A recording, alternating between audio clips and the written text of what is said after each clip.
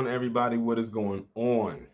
It is Friday, May 27th, 2022, the last Friday of the month.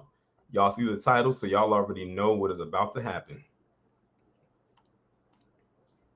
Just gonna wait for some people to come on in here, and we're gonna go ahead and get this thing started. This is gonna be the first time I do the Freestyle Friday on Restream, because as you know, I kind of migrated from StreamYard onto Restream. And I love it. I used it for the first time on my other channel, my live stream channel, Rain in Real Time, last week, and it was pretty successful. So we're doing it again today over here. I see some people have already started to file in. A shout out to Kid Gravity, Janesta, and Sandra. Welcome to the stream. I hope that y'all are doing okay, or doing great, I'd rather say. This should be a good stream. I always love doing these streams because it's a kickback stream. It's not really, some kind of structure behind it. It's just us shooting the breeze.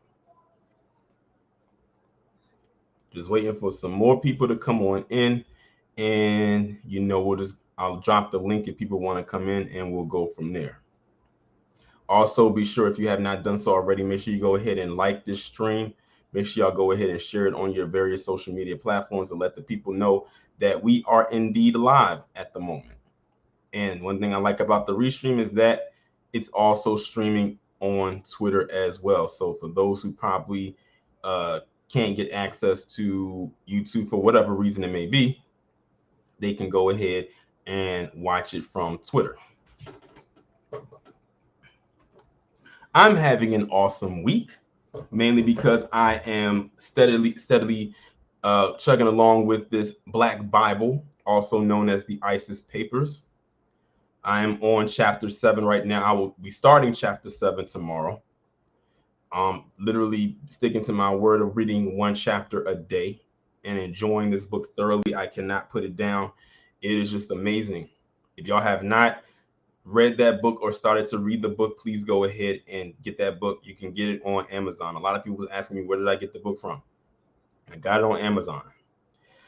Let's see, who else do we have in here?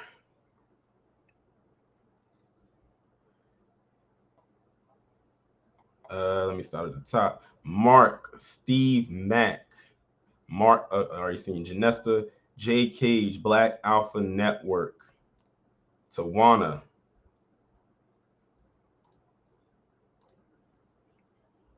Nikki the God. She said, well, this is one of the best books I've ever had. It really is good.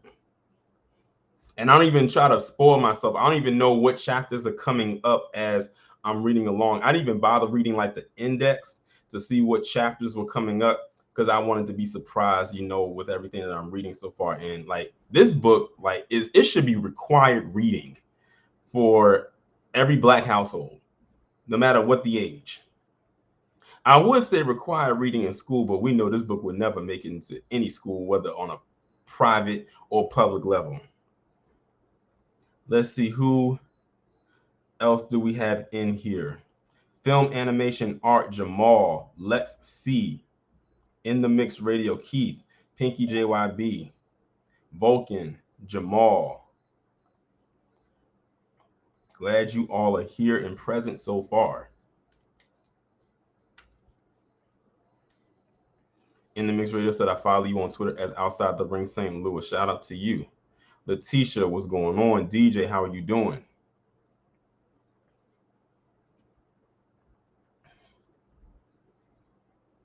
But it's like I said, I think I had said it on Twitter that there was something that came up in an article that somebody sent me, and I related it to one of the chapters in this book. And that video will be uploaded soon. As y'all know, I'm doing one video a day now, so sometimes it is what it is.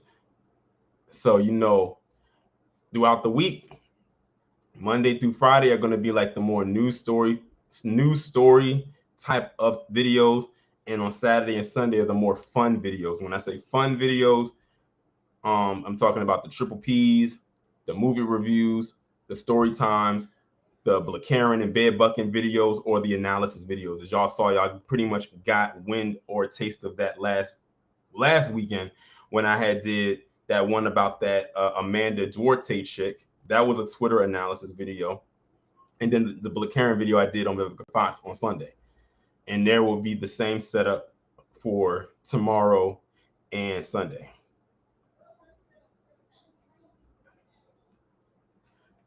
Jerome said, did you hear about Beto O'Rourke?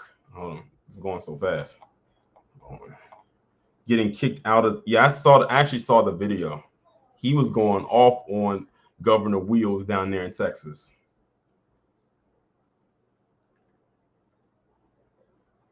Let's see, who else do we have in here? Jane Smith, Till Dog, Alana, Phantom Beat, Zarp, Jerome.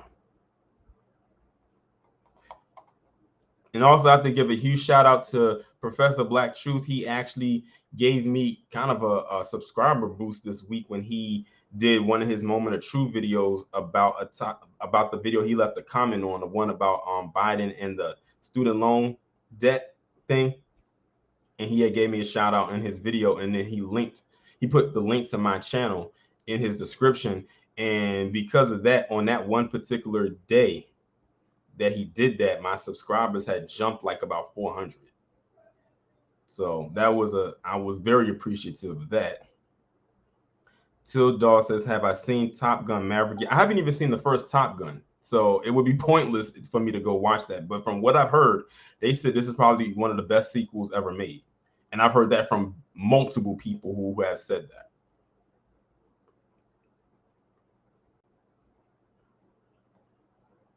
Sammy Logan said, what about Petty Pen? Oh, what I was saying was throughout the week, Monday through Friday, those are going to be my news, my heavy news topic videos. And on Saturday and Sunday, those are going to be my fun videos. When I say fun videos, those are like your triple P's, the movie reviews, the story time videos, the Blacaren and Bed Bucking videos, and the story times. Basically anything outside of news. Some of them might be news related, but it's not heavy news like what happened in Texas, what happened in Buffalo. Those are what you call heavy news. But like the ones I just gave as an example, those are what I call fun videos. So I'm keeping them separate. Like, you know, on the weekend when people take the day off and they just kind of relax, those are my kickback videos where I'm just relaxing. I'm not hitting you with anything heavy unless a major story happens, like what happened in Buffalo. That happened on a Saturday. So I had no choice but to push out that commentary on a Sunday. So that's what I mean by that.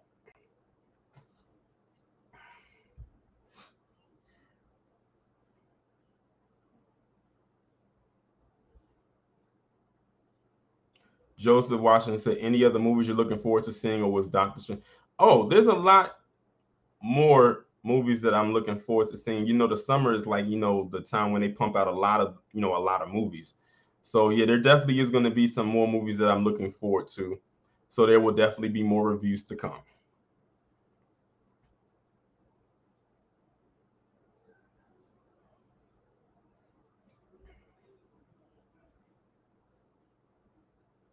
Give it one more minute and then I'm going to start. I'm going to drop the link so people can come in as well. And we can go ahead and get this thing popping.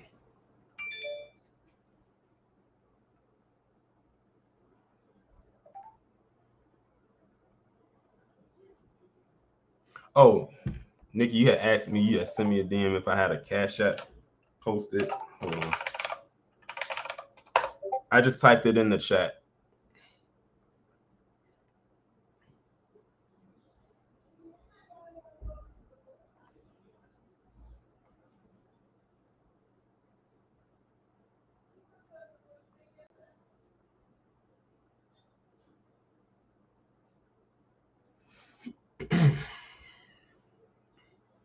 As a matter of fact, let me go on to my YouTube so I can actually pin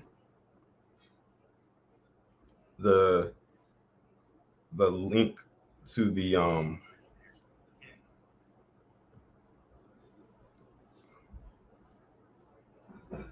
Damn, I can't even do it.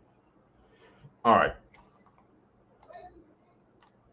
All right, y'all. I just dropped the link to the stream. So if anybody would like to come up, there it is right there.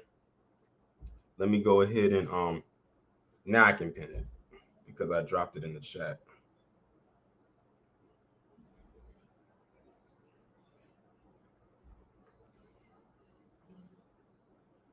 But one thing I did want to talk about though is, and it's a video that unfortunately I wasn't able to get to, and that was that whole situation that happened in Newark, New Jersey, at that airport with that with Brandon Langley, I believe that was his name, Brandon Langley, and him putting hands and knocking the sonic rings out of that United Airlines worker.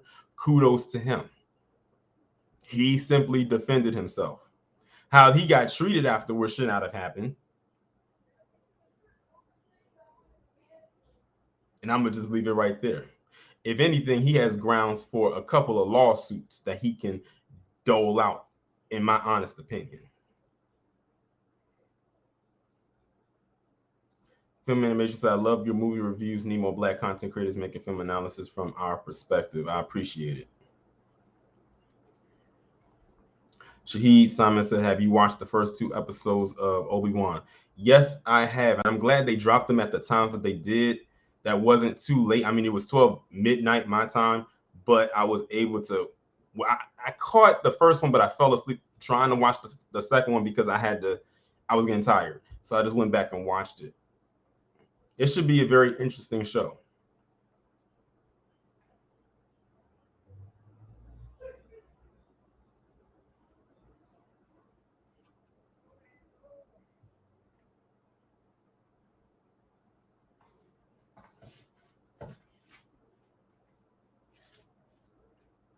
If anybody would like to come up, the link is pinned at the top of the chat.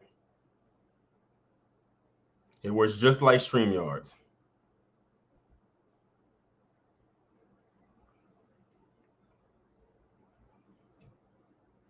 Angela said a Caucasian man tried to attack a black woman and her elderly mother in Dearborn, Michigan fruit store. No national news as of yet.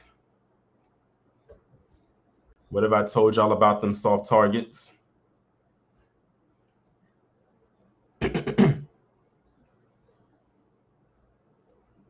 JK said the finale to Atlanta was hilarious. It was. The whole season was very interesting, though. I really enjoyed this season. Probably one of my favorite seasons out of all of them.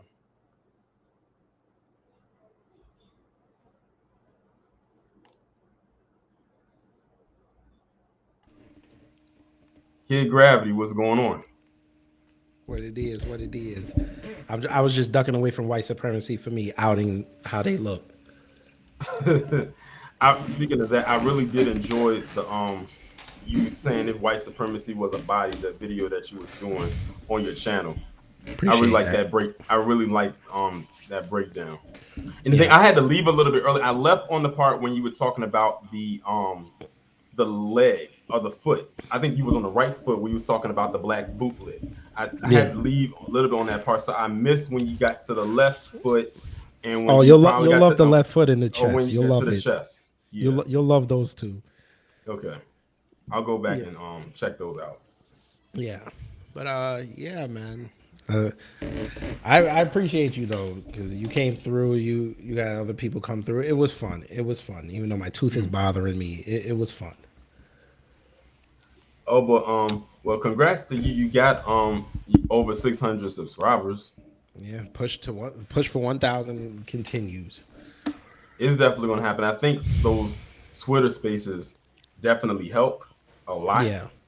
Like those Twitter Spaces are crazy. And I was saying like the one that it was with you, Black Alpha, and all of us the other night. I had to leave a little bit early, like right before y'all really got into that roast session. I started a little bit. Yeah, I left too because I was falling asleep. So I had to leave. Yeah. But that last hour I played it like twice. It was hilarious. Yeah, and I'm sitting there saying to myself, I wish I hadn't left because the thing is, I wasn't tired. It's just that I was doing other things, and I didn't want to just sit there and listen. I wanted to contribute, and if I couldn't contribute, then there was no point. But I did go Mm-hmm. back and I listened to it, and I'm like, damn, I wish I would have, I would Mm-hmm. have got in there because Yeah. of the person that they were going in on. I'm like, sheesh. Yeah, I had to go back on the plantation, so I was like, yeah, uh, let me go get some sleep. But yeah, man, I mean, that was a great room, and also that chart was not easy, boy. yeah. Chart was not, because I was really gonna do the one where they had like all the muscles showing in and all the veins and everything, Hmm. but I was like, that could be like a 4 hour show. I'm not gonna do that. But Hmm. eventually, like I said in my show, I'm gonna do an updated version and really break it down and put Hmm. everybody where they need to be. But yeah, when you Yeah. see the chest, especially, you're gonna laugh your ass off. Okay. I look forward to it. Yeah. Yes, ma'am. If But anybody else would like to come up, you can feel free to do so. Like I said, the link is pinned at the top. It's that day we're gonna be here for the next couple of hours, just chopping it up. How's everything going on down there? You're muted. my bad. I got something for you. She's in the kitchen. Thank you. I'm gonna type something in the private chat for you. All right. I don't want you. Don't iggy it. You're gonna be the only person that knows this. Okay. Go ahead. Go look.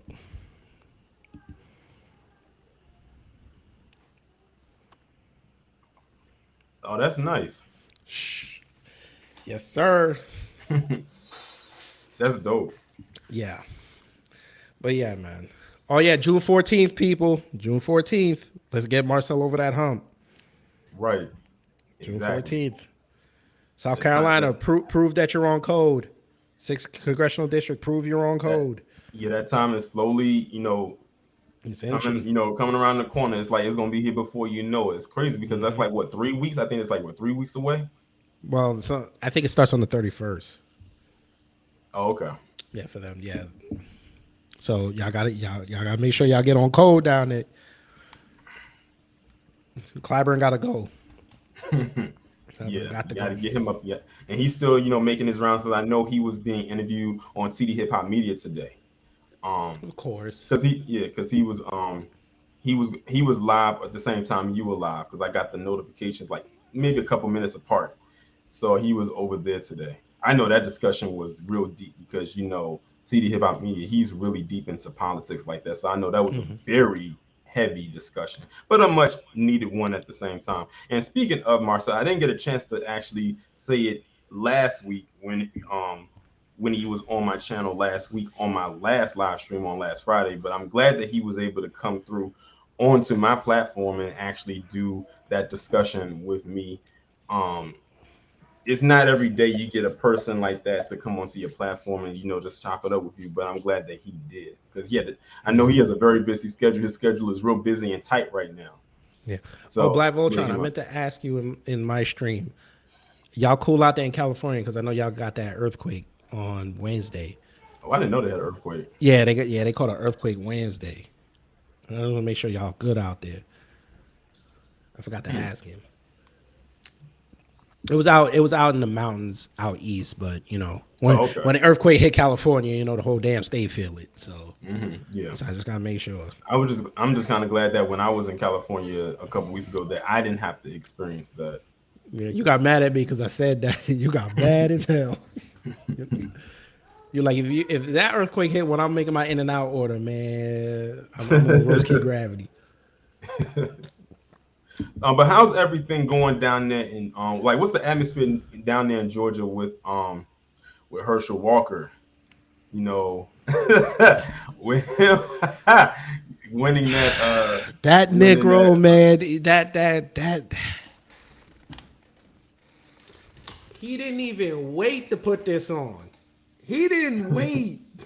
That gun question messed him up, boy.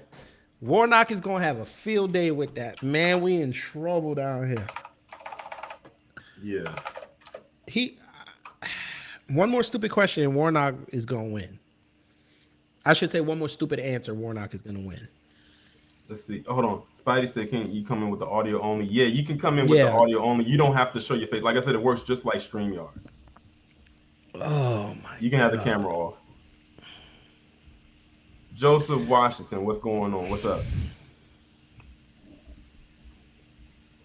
Are we having these audio issues again like last time?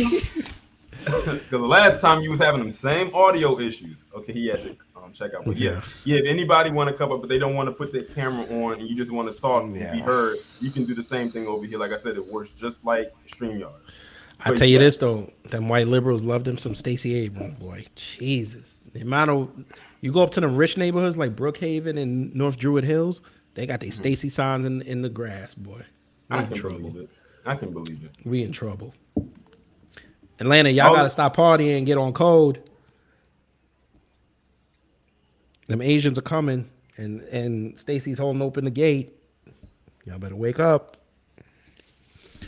the way I see it, I see that Georgia is in a double-edged sword. It really doesn't matter who gets in. I said Georgia's in trouble regardless. Yeah, there's nobody likable down here. You stake with King, okay, that's cool. He want to be with the white supremacists. You put Stacey in, she gonna squeeze black folks out of here. Warnock stays in. You gotta deal with him for 6 more years. He don't care. And Herschel get in. I mean, he's gonna be the avatar for white supremacy. So Mhm. we there's no black empowerment down here right now. That died with Governor Gibson. I mean, Mayor Gibson. That died with him. Niggas just want to party all day. Right. So, yeah. Hey, what's All up, right. Turn Rain? What's going on? Can't complain much. I know y'all been doing everything you can, like for the whole black community and everything. So first off, I would like to just thank all of you guys down from the bottom of my heart for literally schooling me a game of how the whole system and how America really gets down. So I want to try and truly thank you for that. Had it not been for your wake up call, I probably wouldn't have known all the stuff that I know now. So I want to try and start off with that. I appreciate that. You know, we live in a world full of demons, right? They literally like run like the whole earth, like very insecure, very sick demons, right?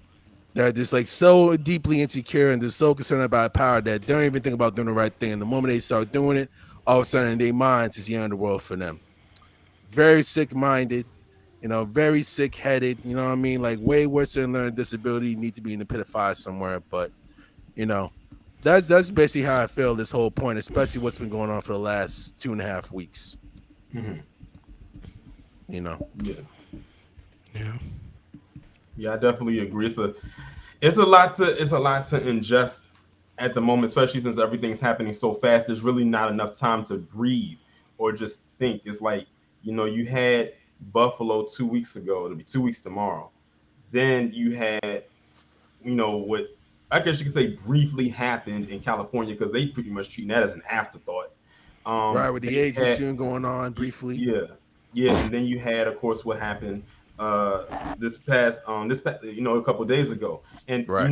it's interesting that Tariq, pinned the phrase "the Rittenhouse effect" because there have been stories that have been sent to me in the last couple of days, three in fact, where people said that they want to go out or they were threatening to go out and shoot places up, schools in particular. One actually say like one was in Texas, as a matter of fact. Yeah, Uh, Richardson, right? Yeah, but no, the Metroplex, right? I Yeah, don't I know. I saw. don't. Yeah, I saw an article where you have a kid literally threatening to shoot up a school up on social media, up by Richardson, like up in the Dallas Fort Worth Metroplex, and they caught him right then and there within 24 hours of the whole Uvalde school shooting. You know what I Yeah, mean? I and literally he saw that on and like a and news he article on that.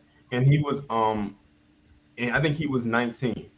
And Oh there was yeah, another one that was a woman who was 35, she's way older than 35, in Ohio, who got mad about something in the store. She was with her three kids, and she said she was going to in her rant. She said she was going to go shoot up a school in the middle yeah, of her rant. but So yeah, and but all of yeah. and all of Sorry. that happened like within the same time frame of each other. So they are off the chain right now. And so definitely be on your P's and Q's, Thank you. especially it's getting hot. Summer might be getting ready. Summer's is right around the corner. Kids Right. are already about to be out of school, but Oh my god. that's not gonna stop them. Yeah, but yeah, Joseph, you won't even attain like somebody making threats just like we get threatened all the time. Anytime we got like, some simple threats, we get sent to jail. But with somebody else, you worry about let's just call them and give them the slap on the wrist. And some weeks later, another shooting starts going on where it's like fucking 20, 30 people dying and 10 kids dying. Sick in the head. yeah, I was actually watching a video right before the stream started that the amazing Lucas had uploaded, where he was talking about how throwing out the claim of mental illness when it comes to these type of shootings is anti-black racism, because we don't get afforded that mental illness claim. Nope. If black people were to do this, Right. we would not get that claim. We would be, that's just them. Black people being black people. And he used two examples. He used what happened on the subway in Harlem, Okay. and he used the Waukesha shootings in Christmas last year. He Yeah. said what they'll do with them is they'll reach back through their history to try to justify why they did what they did, even though those were separate from each other. Right. Mm-hmm. So, but with what happened in Texas and what happened in Buffalo, they have to say, oh, it was a mental illness. They were bullied, even though some stuff came out recently about the Buffalo shooter saying that he wasn't really bullied. That was kind of made up. The most recent thing I saw about Texas is they interviewed his mother. Right. Wasn't speaking a lick of English. She was speaking You all saw Spanish. that, right? You Yeah, saw she was that, speaking right? nothing but Spanish. Heard And about she it. was just basically getting on there talking about how she what was she saying? She was That basically she was saying a that it was The public gotta forgive the son for all the yeah, murders that she yeah. You done and gotta all that forgive. yes, BS. yes, yes. Well, it Yeah, was that's what his it choice was. to murder those children and those two teachers, mind you. It was his personal choice to literally murder those kids.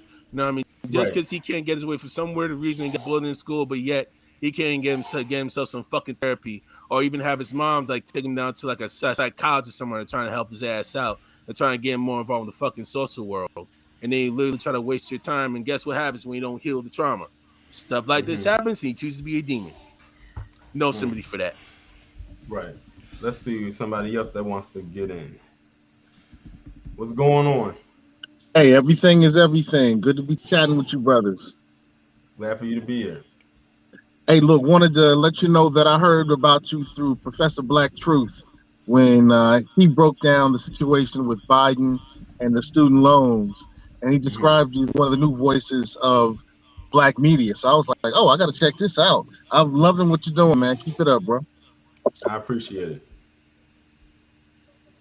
All right. I All right, know Joseph. that you guys were chat. I know that you guys were chatting about the recent shooter. Hmm. Have you noticed that some of the way that the shooter identifies has not been talked about in the mainstream media? Yeah. Yeah, we What are noticed your that. thoughts on that?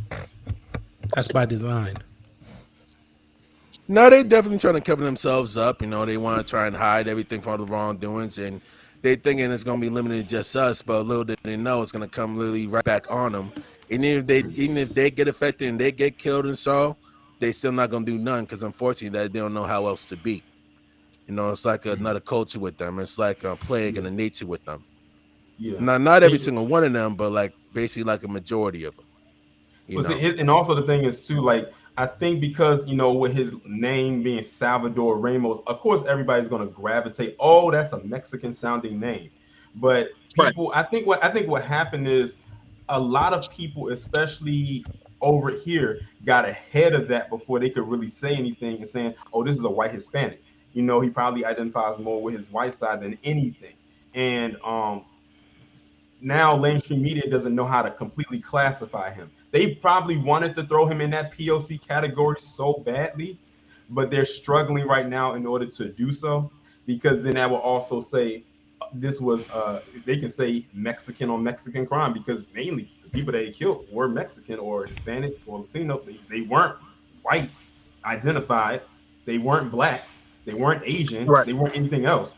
So like they're hard, just like Tariq had mentioned on one of his spaces. I heard the recording when it came to what happened in California. In that church, it was Taiwanese people. The shooter was Asian. I'm not sure. I think he may have been Chinese, but what they won't try to say is Asian on Asian crime. Granted, these are Right. two different nations, but they're both from the continent of Asia. And that's Right. another thing. They, when it comes to black people, no matter where you are or what tribe you come from in the diaspora, if you are black identified or look black, they will pin that black on black crime thing on you in a heartbeat. But when it In a comes to heartbeat. everybody else, then that's when they're like, we we don't want to tiptoe in that direction. We might have to, but we don't want to. So how about we not talk about it that much, and maybe people will forget about it. Oh, you know what? What about Chicago? They do it every time.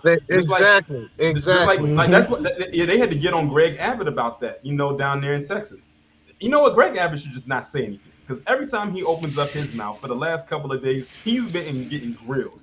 Because when he brought up Chicago, they went in on him, and rightfully so. They're like, "What does this have to Rightfully do so. with what happened in Texas? This didn't happen in Chicago. This happened in Texas." Well, I like the way But Professor Black Truth mentioned that in Chicago and other places where there's urban crime, it's it's a shooting, but it's not mass murder. Totally mhm. different thing. The other thing I think is interesting is if you looked at the shooters earlier social media, this male identified shooter was wearing dresses and identified themselves as trans. And that's not being, so the pictures are out there. I think it's just kind of interesting how the media is not even mentioning that piece when the social media spots have already picked up on it. Well, that's actually not him. Let me just like put that out Yeah, there. that's Candace Owens The- trying to pull that Yeah, that move. was yeah. Candace Owens shot herself in the foot when she did that. Like she put out like these pictures of a person who was dressed up in women's clothing, you know, holding a gun. I'm like, I'm looking at the picture and I'm like, that doesn't even look like him, even with the mask on. Because I know what picture you're probably talking about. I said that doesn't even look like him, even with a mask on. And like they put those pictures out there, and Candace on. Listen, every time that woman trends on Twitter, I already know she says some dumb crap.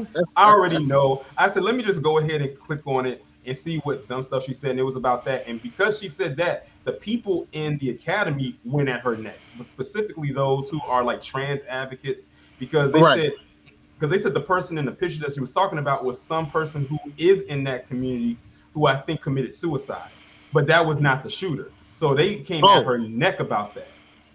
all right. Well, I'll need to look into that a little deeper and confirm that. Yeah, I just yeah, thought I it don't was forget. interesting, Yeah, but now that what you're talking about is with that information, if it's attached to Candace Owens, then I'm more inclined not to believe it. yeah, Yeah. Yeah. yeah, yeah, Yeah, yeah. yeah, man, They got brothers. on her But head I, about I that. appreciate what you're doing, and um, I appreciate the fact that you're trying to help us stay on code. I have a show called Get on Code, and I think the code is what we need to focus on, man. So I love what your brothers are doing. I love you for doing it. Stay strong, be one, and thank you. Appreciate it, big one. Appreciate it. Yeah, I had to get on her too because she tried to say, "Oh, let's make it easier for everyone to get guns, like get a car." I'm like, "Ma'am, you got to pass a credit check to get a car. It's not as easy as you think it is." She's an idiot. I know. Oh my Point blank. god. She's I a whole know. lot of things that like could like formulate in my head, but I'm just Mm, sticking with the base. She's an idiot. She is. She is right. literally one of the biggest whores of the political right. I'll just put it like that. Yeah. Oh man, I tell Oh, y'all. Torian, did you see what I put in that private chat? Yeah, hold on. Let me. Yeah, the Whoa. GoFundMe, right? You see that, right? Yeah, I saw it. Yeah, I didn't even know this existed. Mm-hmm. Didn't Who? Oh, publicize it. I was about to ask I was about to ask who's a part of this, but I'm looking at the names right here. They didn't Wow, publicize that first one. You see the amount. They publicized the second one. Look how much they got. that's crazy. And That that's just the general fund. And you know what's so crazy? Look, but what got me is that it's not that many people who donated, and look how much money they raised. So this is people that got deep pockets that donated to get to this figure. Thank you. That's crazy. Thank That's you. wild. I did not know that even existed. Let's see. I And the got thing is, how are they gonna try and like link that money directly to the survivors, specifically towards Oh, those they don't family play with that. members? They don't play with that, fam. Especially with GoFundMe, how they used to get heat Right. back in the day for false funds. Nah, they can't play with this. And there's eyes on that now. You try to scoop with that money, you doing Fed charges. right. Yeah, that's All the right. So thing. all right. Let's see. We got two more people. First off, Joseph, do you have your audio together? Yeah, mic check. Okay. Can y'all hear me? Yes, Okay, sir. cool. All right, we got two Yeah, people in here, well, Joseph all right. and Swiss. What's going on with y'all? Well, let me Can everybody first hear and me? foremost. Oh, go ahead. Sorry. Oh no, I just want to make sure everybody can hear me. We can hear you. Oh, Okay. You go ahead, Joseph. well, let me just say thank you for being patient while I get this audio thing together. Yeah, no problem. And I'm happy to be on here. This will be the last Friday I get to join Freestyle Friday for a while because my work schedule has changed. Mhm. So I was hell bent to make sure I joined the panel with, you know, most out of this Freestyle Friday before the coming changes. I'm still gonna be tuned into the new Black media and keep up with the latest. Oh, no, most definitely. I mean, we understand you got to do what you have to do as long as your ears are still here and you're able to receive the information. That's all that matters. Because I know Uh, when I uh, because I know when because I know when I used to work at the airport a couple years ago. Whenever I had downtime, I put them earbuds in and was tuned in, locked in. Absolutely. Especially if I, Did you get militant with people's bags? listen. Okay. um. Okay, like the position I worked in, it was with a contract. So we was Okay. contracted with Southwest Airlines. And the stuff that I used to see as far as people's bag, I think one of the nastiest things I saw was on my first day there. So Yeah, BWI. no, at Reagan. Oh, okay. So there was this person who came in with a car seat, and this car seat was so filthy.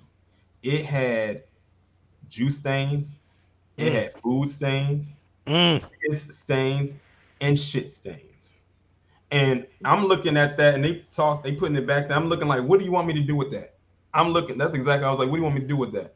I literally got some gloves and was holding it like this and put it in the bin and put it in. Literally, when I got to the back and out of the sight of the view of the people that bought it, I dumped it right there on the floor and kicked it to the other side. I said, y'all handle that because that. I said that is absolutely disgusting. I mean, I've seen a lot of stuff like people come in there with their half broken bags. I'm talking about zippers is broken off. So in order to secure the bag, they would have to duct tape it, like literally wrap the tape around to keep their bag secure one way and another way. Handles broken off. I saw one had a whole bunch of dog fur on the bags. Want people trying to secure their bags and they can't close them. This one lady literally almost broke her arm trying to lift her bag onto the scale, and the scale is on the floor. But her bag was so heavy she couldn't wheel it up because it was so damn heavy. And of course, it ouch. was mainly PC people that did that. Like it's crazy, like the stuff, right? Ugh. I have stories for days when it comes to the times I went to the I airport. think I you was got only another there, and I was series. only there for like 2.5 years. But it was just, I think you have another series. yeah. You know what's crazy? You told me I was car detailing for Vehicles for Change. That's a Mhm. nonprofit for people who want a career in car detailing. I got my certification, but one of the jobs I did, the car I was cleaning, the cat hair smelled better than the mold in one of the cars that had yet to be removed. Hmm.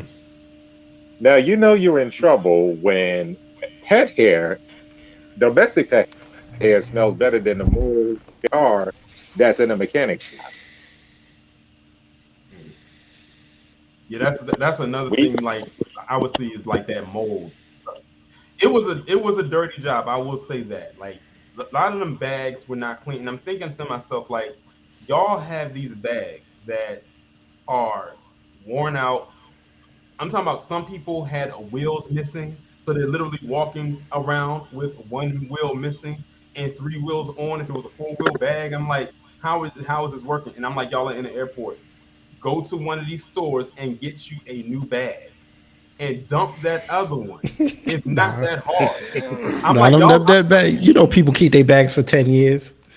10 years, we're talking about probably 40 plus. I saw some people coming up in there with them old school suitcases that you got to carry by the handle that has the little teeny Mm. tiny wheels and a little strap that looks You like a mean dog. I'm going back to my Caribbean home bags?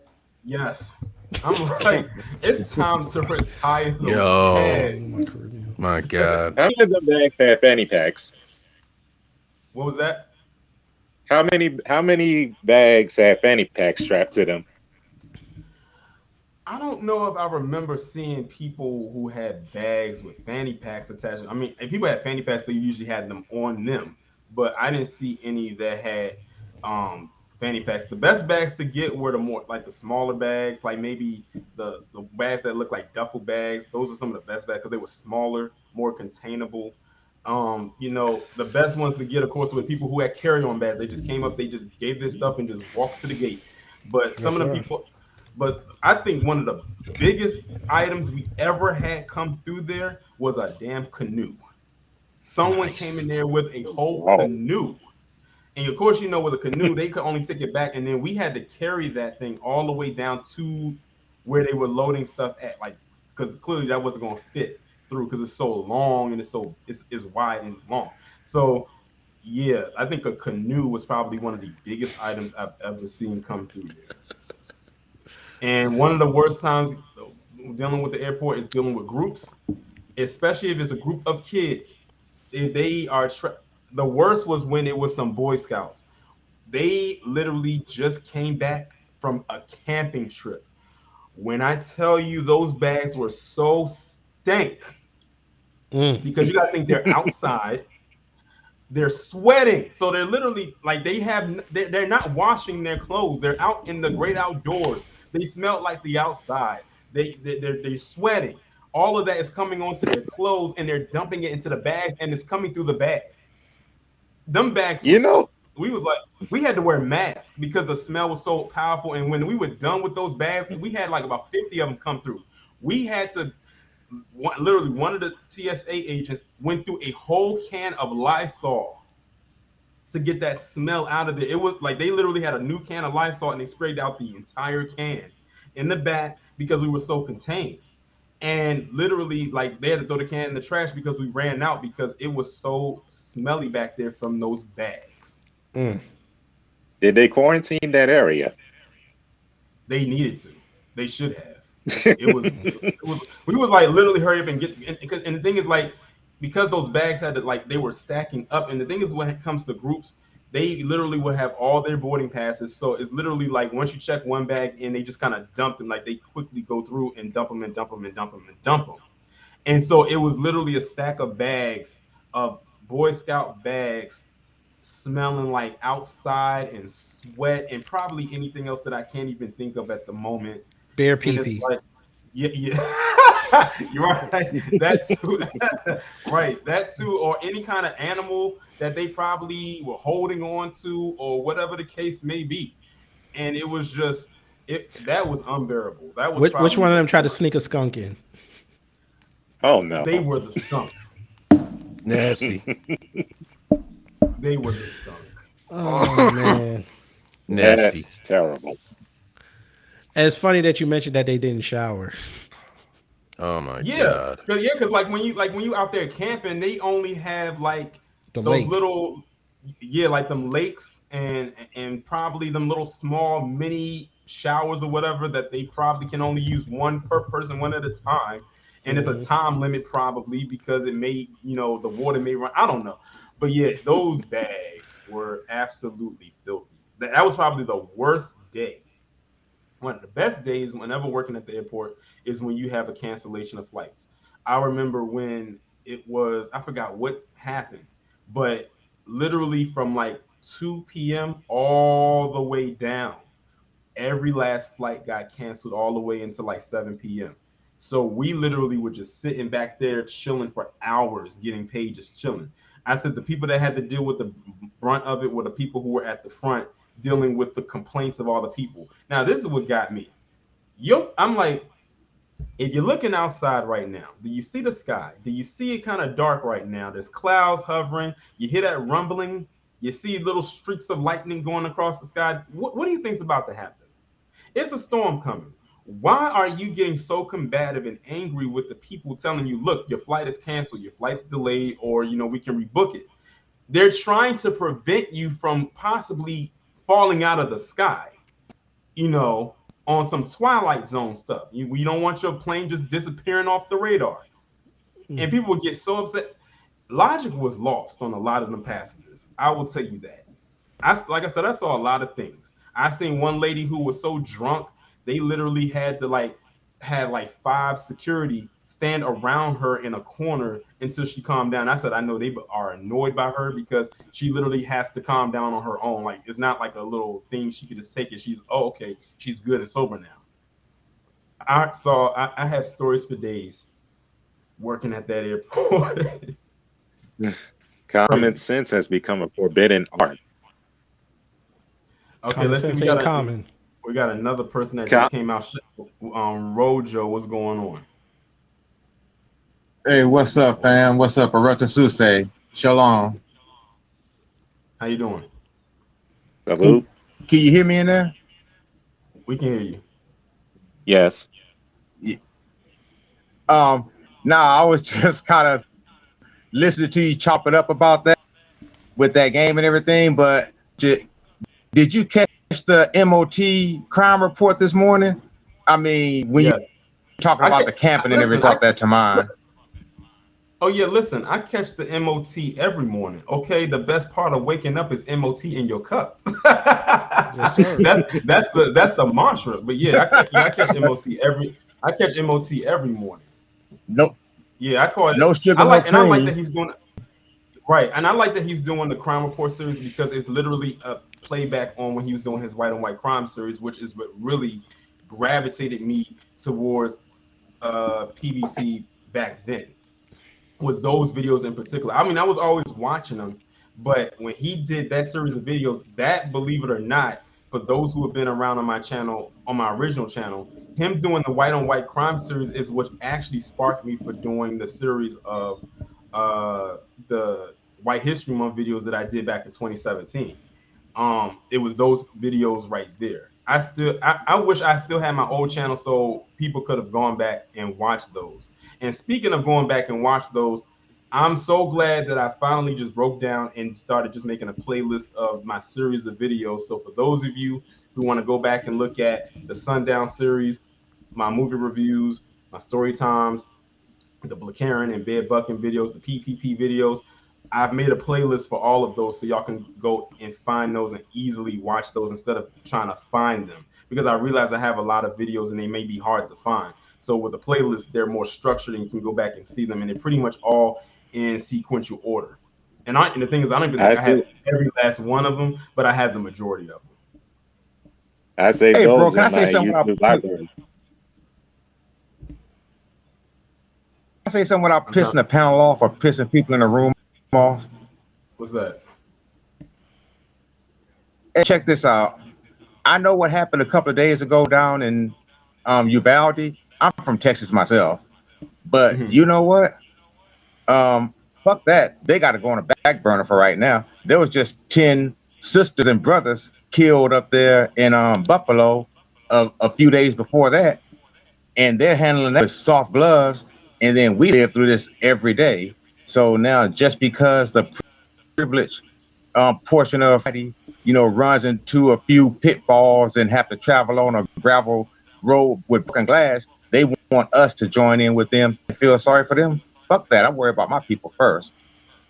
I just had to say that. Is You know what this proves also? This proves that this is a daily reminder that every other group except us, for the most part, did not learn from history. Every historically documented known massacre has always started when other groups have attacked, killed, and genocide melanated people globally, especially foundational Black Americans here. They don't get serious about quote doing anything until it hits their home. And still, that right. ain't mindset wouldn't change for like the collective of them. And it's a trick bag question because like I don't even like using the terms minority or people of color anymore, because what it shows is that like them folks, as you would say, that is very desperate to literally hold on to power, while realistically, like people of color term, you got color literally in every single race and minority. You're trying to like put down certain groups, and as you're trying to paralyze one just to make sure that they literally have the power throughout the majority of the trip. They are really desperately trying to hold on every little single last breath of their own power that's literally swinging away from them. You know what I mean? And they are literally losing their minds right now. And speaking of that, it's interesting that you brought up about Buffalo. It's crazy because with that shooting, it was pretty much black people that were the casualties of it, unfortunately. But Right. notice who got a benefit out of it: the people in the Jewish community. They signed that bill. Basically, I think it's some kind of Anti, yeah, anti-hate bill. Yes, Yeah, the same thing the for Asians got. yeah. Just because in the manifesto he mentioned them, just because he mentioned them, but they weren't the ones who died or were There we killed. go. But just because he mentioned them in the manifesto, they got something. But black people didn't, and they were the ones that lost their lives. And you know why? Again, because this is like going literally trying to hold on to every they're trying to hold on to every remaining power that they have. That's why they literally trying to do this. That's why they're trying to bring up this Asian hate crime bill, because that power is running due to the fact that their numbers actually going down and they get exposed more and more and more, literally day by day. That's why they try and make all these desperate power moves so they can try and remain in power as much as they can. And that's the real reason why they're doing that. Those things are This literally summer traps is right really there. this summer is really gonna hurt the best powers that be, because we've Oh yeah, seen it backfire now with Uvalde, Texas. Right. yeah. When them Ukraines hit the shore, oh my goodness. Well, they're already here. Hey, speaking of Ukraine, bro. Speaking of Ukraine, I'm gonna just say this real quick. Do y'all know that Arabia has joined BRICS? I saw that today.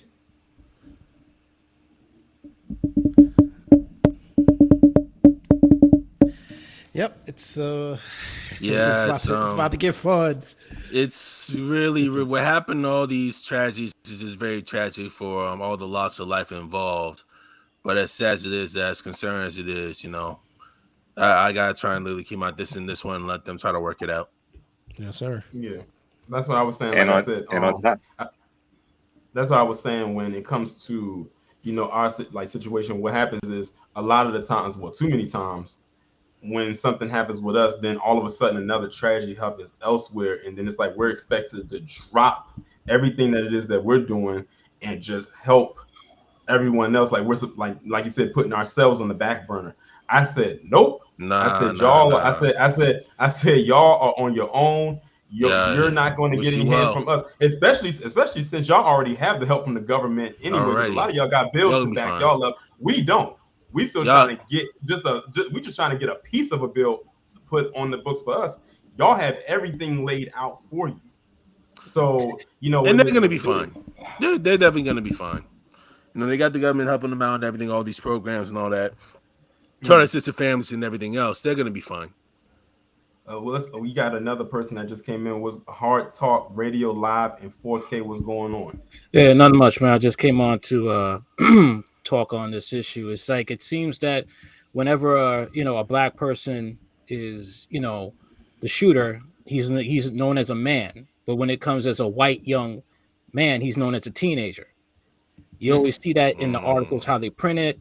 I think you see it in the New York Post. I've seen it, even in the DailyMail.com. And you see with Tucker Carlson, he was trying to say, you may not know the color of the victims. I'm like, the color of the victims were black. What are you talking about? Right. And the thing is like this is how it is, and they're fine with it because it was a Nazi. Because both sides support not white supremacy, and both sides are supporting the Azov Battalion because the man had a Nazi symbol of the black sun. And Yeah. this is how it's a scary how it's coming to be, because you have these supporters of the Ukrainians in New York City, and it's going to be scary when these hate crimes go up. Right. Yeah. Nah, Hey, because the T kingdom Rain, is bro, falling can you do down. me a favor? Can you let on Let's some of these Blue Lives Matter people? listen. Oh, screw him. Listen. I don't. Screw him. I don't know. It ain't happening. Nah. No, it's not Screw happening. him. Because got they're Blue not Lives Matter. they're not gonna be genuine. They're They not. will not call out them boys in blue. They will never do And it. speaking, and I'm glad you actually mentioned that because I actually wanted to talk about that. So I'm sure that going back to Texas, that video that came out with the cops being outside of the school for like an hour. So y'all let that maniac, go up in that school for a whole hour, and y'all didn't do anything. Y'all were I already there and got didn't roasted do in the comments. No, they anything. did. No, Torian, they police did do department. something. I They already got stopped the roasted for that. parents. They Oh stopped yeah, the they parents. stopped the parents from going Guns in and there. tasers. Literally throwing them with guns and tasers. You know what I mean? They literally had to like penetrate that school. Sick. That's wild. it was the Blue Lives Matter rooms. I went in there and I was roasting. I was trolling. I mean, come on, what's up with the the whole American Blue Lives hero? Matter. Yeah, I said the whole Blue Lives. I said the whole Blue Lives Matter thing got blown to smithereens in just one day. I mean, we over here already knew what it was, but now everyone else and even their little detractors saw what it was, and even then they're still trying to hang on to a little bit of something because they know at the end of the day who they're really going to bat for. I said they are in it for the company of themselves. They were only making sure that their kids were okay and only their kids. They could care less about anybody else's children. Just as long as theirs was okay and wasn't in harm's way, then it is what it is. I even saw a story somewhere. I was on Instagram where they said one girl, she was a survivor.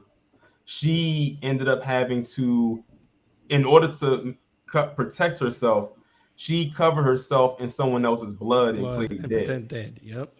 Disgusting. Yeah. But remember what Biden said in 2020? That's sick. They're gonna be minority white. I had read about that a while Judgment. ago. I had said that in it was not that long ago. It was probably a couple of years ago. They had put out a report that in the state of Texas that the majority would start to become the minority because the majority in Texas for a while was PC. But I said y'all real close to that border, and I said the Mexican population is going to start to go up. I said the only thing that's really kind of keeping Texas afloat with PC is people leaving other states to come to live there because of taxes. But other than that, if that wasn't the case, I said them numbers would have been going down even further faster. Because they said by 2022, and I remember that they said by 2022 that the majority, as far as demographic in Texas, will be Hispanic or Mexican, and I think that's actually happened. Like they called that one like right down the middle, like accurately. My thing is this with these shooters and stuff, like they're talking about the white replacement theology and stuff. The thing is, like, don't they understand it's the whites that are creating these policies? The reason why the birth rate is going down with feminism, no fault divorce. I mean, the abortion laws. Don't they understand that that's their own kind doing that? They know it, but they don't want to acknowledge it. Hey, and bro. that's why I keep telling. Hey, bro. people, if y'all have not, what's that? Oh no, I was just gonna say before you I just want to expound on that a little bit just for a second. Wait till June 6th about the abortion things. This country is gonna explode. Once that thing goes into effect, it's going on and popping. Interesting. It don't make no sense. I mean, the thing is, what the crazy feminists like, they want a sex strike because I don't know what's going to explode, what's going to make it more crazier than it already is now. Brothers are just going to run the porn, so it's all good. That's it. I mean, my thing is like, you want to have a sex strike, so that proves you Porn, have control Pornhub over is your looking own like body. So Pornhub is looking like people Birdman abortion right is now. Contraceptive. More That's slut how I wars feel. coming, potentially. Oh, speaking of that sex strike, hey, what we doing with Brittany Cooper? Not crunk the chunk. That's what I call it. Oh my god. Professor Chunky says she going Oh, on an man. S strike. Somebody said, "Listen, Lizzo will get laid before you." I laughed my butt off. I actually believe Hey. that too. I actually Hey. believe that. I'm still stuck on her saying that her weight gain was from Donald Trump being in office.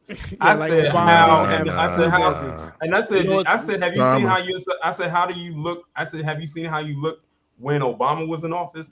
The weight change wasn't that much different from that transition to this one, and Right. you You had still an look the overweight same black now. woman saying weight gain is because of white supremacy. That was that was crazy. her. That was That was her. her. That Yep, was her. that's her. Oh, That was her. okay. You know, I actually nothing- she was one of my first Black Karen videos that I ever did. Like, if y'all go back and look, she was one of my first Black Karen videos. But yeah, that was Yeah. Brittany Cooper, Professor Crunk the Chunk, and talking about, Trump's administration calls for the gain weight. And I'm like, okay, Trump been out of office for almost 2 years now. So and you still have the weight gain. Like you still dealing with the caloric intake that's going on. She love her some honey buns, boy. Honey buns, McDonald's, Taco Bell. I don't know like what else stuff they be eating. Like I don't know, high punks and like protein, some mukbang. You know what I mean? Have you discussed that? You know she be mukbanging on Fridays. Come on. Oh man. or at least remember she's a professor. Right. She a professor, so about that stuff. She be running up to Newark and getting that good Spanish food and bringing it back down. Well, at least like try to exercise and actually get yourself moving every day to try to counter that. Like for real. Like it's just you don't have to try and go intense, yeah, but you know small. No, but remember she what they used to say that she thick. That's what she tell everybody. She thick. Yeah, those are lies, man. When a man is fat, he's not built. He's not husky. He's fat. Right. You got to be honest, man. Because it's just like with this overweight woman on Sports Illustrated. She didn't belong there. Right. I want to know who her doctor is that's lying to her. That's what I want to know. Nah, dude. A woman ain't thick if she got another set of titties on her back. You know that she needs a back bra. I'm just saying, or a big gut. I mean, a lot of these women are killing other women with this type of fat acceptance. You're killing women. Mm-hmm. Diabetes, and I think blindness, all this stuff. Is it me or does she look like Clayface? I think the thing that gets me, the reason why I'm not even banging on fat women like that. No, you shouldn't. We're not trying to fast. The reason I go in, the reason I go in on Brittany Cooper like that is because of the stuff that she says about Black men.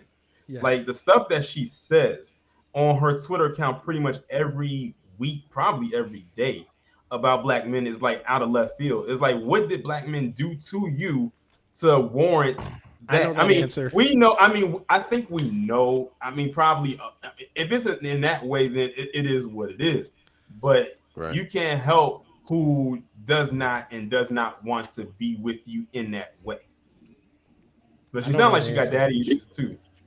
Probably, but do you think those tweets are a silent cry for help? No. Was it? No. She's just a man hating feminist. The sad thing is she's a feminist and wants a man probably with a nice body, 6 foot. No, but here's the thing. Yes, but here's the thing too. But she has nothing to offer that man, and she can't be a lesbian. I mean, it's sin to be that fat. I mean, it's, I'm sorry, it is. It's sloth. All right, and you got this is how it is in this world. Okay, for a man, you have to be competitive. You have to be working out and stuff. But these women, they think this is why feminism is so toxic. I mean, I think she saw Patrice Cullors doing that dance where she was talking about F white supremacy. Let's dance, and she couldn't do that dance. And she said, I think she hates the fact that Patrice Cullors is like half her weight, but she got somebody to leave her with a legacy, and she can't get there. Hey, bro, I'm kind of with you on that. I mean, you're right. A woman got to have some semblance of a shape to her. You got to be able to conjoin your fingers when you put them around her waist, or if you get behind her and color her, from behind. Your body got to be flush with her. It can't be all that leaning into it. Them offensive or defensive line type shoulders. It's like it's gonna look like that scene in Ghost with the vase. I mean, that's why I could. When I found out feminism it was rooted in white supremacy, that's when I realized it's like how evil it is. I mean, you really want a man to do all this work, and you give nothing but stress and heartache, and you're overweight. I mean, Torian. Come on, yeah, Torian, look up. And you pass that on. Travis Kelce hook up with his old lady. What's that? And a lot of those white feminists beat them fat ass white women with cats. Look up Travis Kelce. Have a bunch of cats in the house. Oh yeah, I saw that. He said he had gave her like $100. Yeah, and she couldn't cook. And she couldn't cook. And she had the nerve to come out of her mouth and say what she said. That's why I had to go in on her. Yeah. I just found it funny. We did that video, and then a month later, she gone again. And I said he cheated on you with nothing but PC women. I mean, that should have been the sign right there that all Yes, you sir. was just all you was He was a like jump just off. pretty much. It's a jump off. I think he was only going along with it because he was liked only the attention. Yeah, he liked the attention he was getting from those divestors. So he was doing it to feed his own ego. But he's I like, wonder if they'll say anything. whatever. I wonder if they'll say anything. Probably not. Oh, shout out to Jada Informant for the $2 super chat. He said Brittany actually said she fat because of racism. Yeah, yeah. She said it was racism, white supremacy, Trump. Obama didn't pay attention to me. What? That last one was a joke. I'm just saying this was the excuse. I couldn't do Michelle's exercises what she was doing with the little kids. Oh my God! Like clearly you can't change the color of your skin at all. You clearly can't change that. You cannot change the organs inside your body.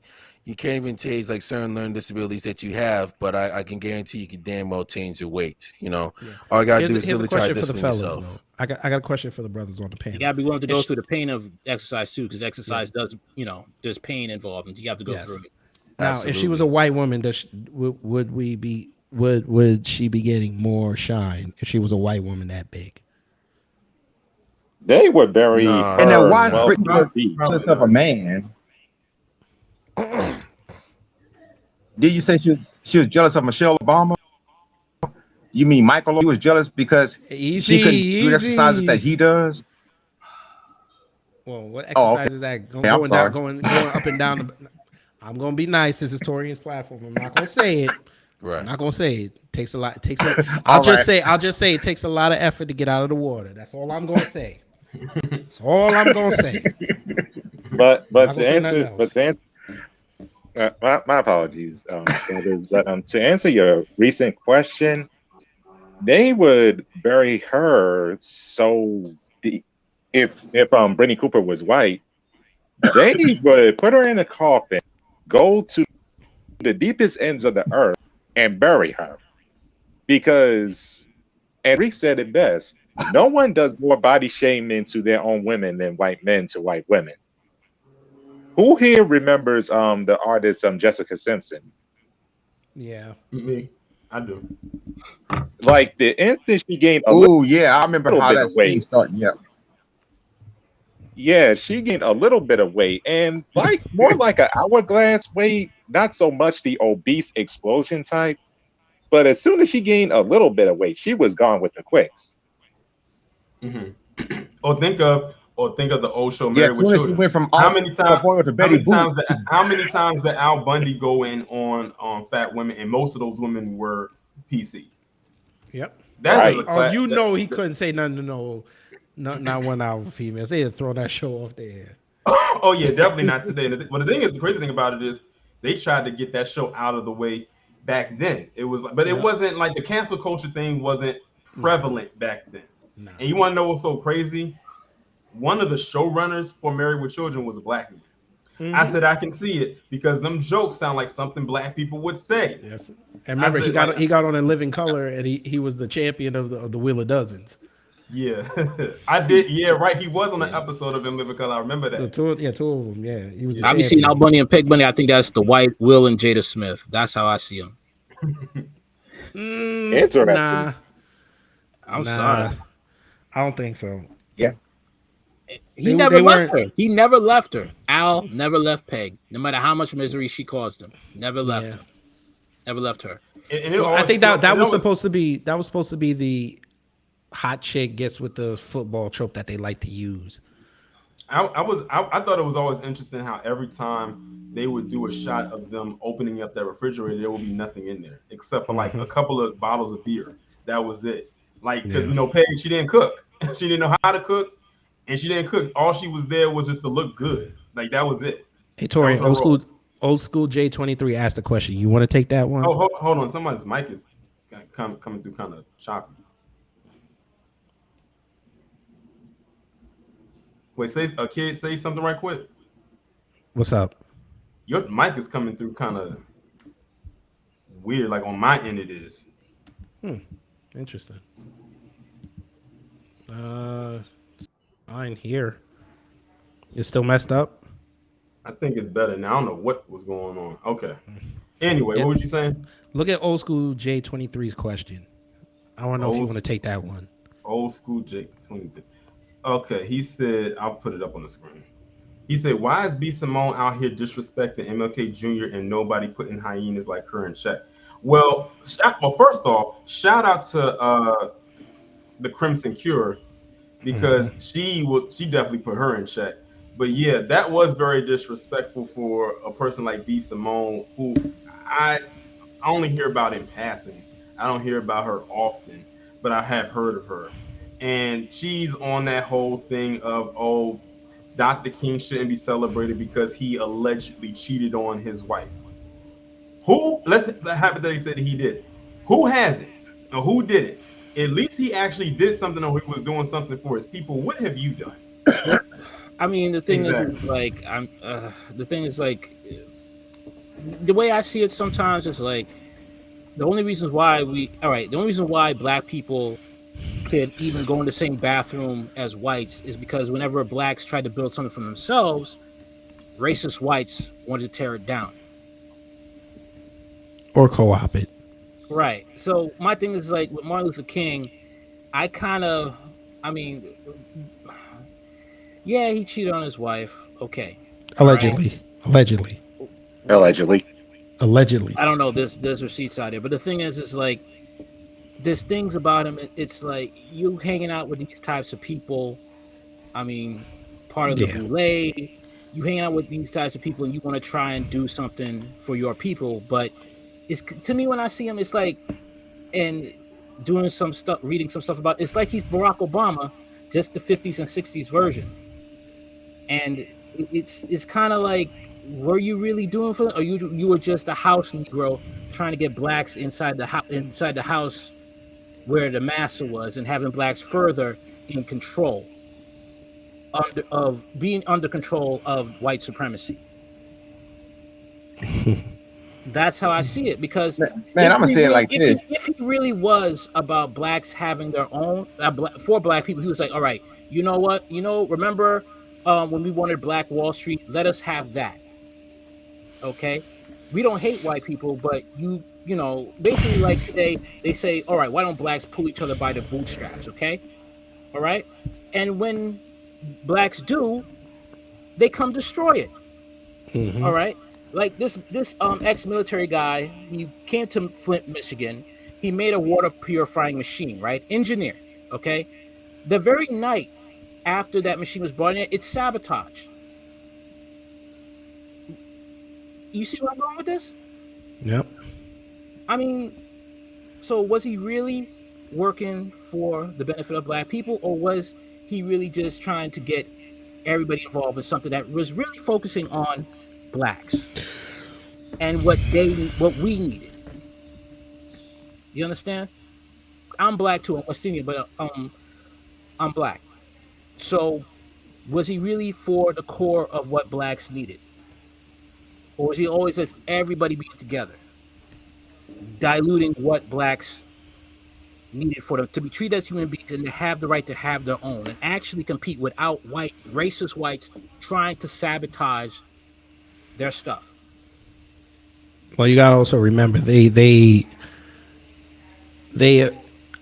for lack of a better word, they effeminized Dr. King to make it more palatable for everybody else.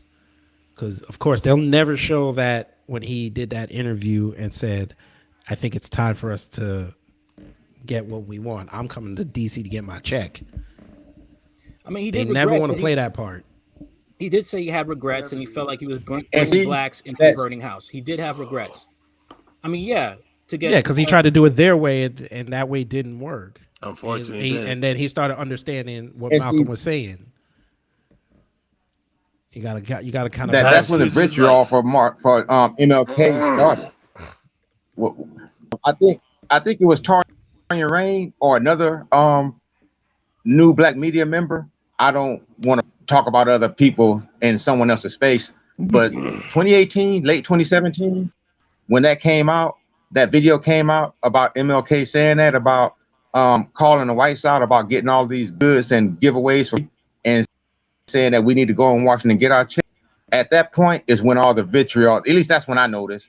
My spiritual awakening was in 2015, and a couple of years after that, that video about MLK came out, and next thing you know, it's all this hate for MLK. And now they're trying to prop up punk ass John Lewis. And I'm not trying to speak ill of the dead. I love him because he's black, but that's about as far as it goes. As far as John Lewis goes, his legacy is for shit.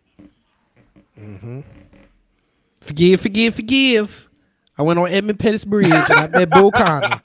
And I squared up, but I squared up too late, and Bull Connor beat the hell out of me. But I survived, so I'm a hero. I'm still trying to figure out what this. I'm still trying to figure out what does good trouble mean, because I don't know. I don't know what that means. I'm like, how those two don't go together. Just like homework. It means that I'm going to do enough to spark good something. Trouble does not go together. Like, how is that? Hey, how does that work?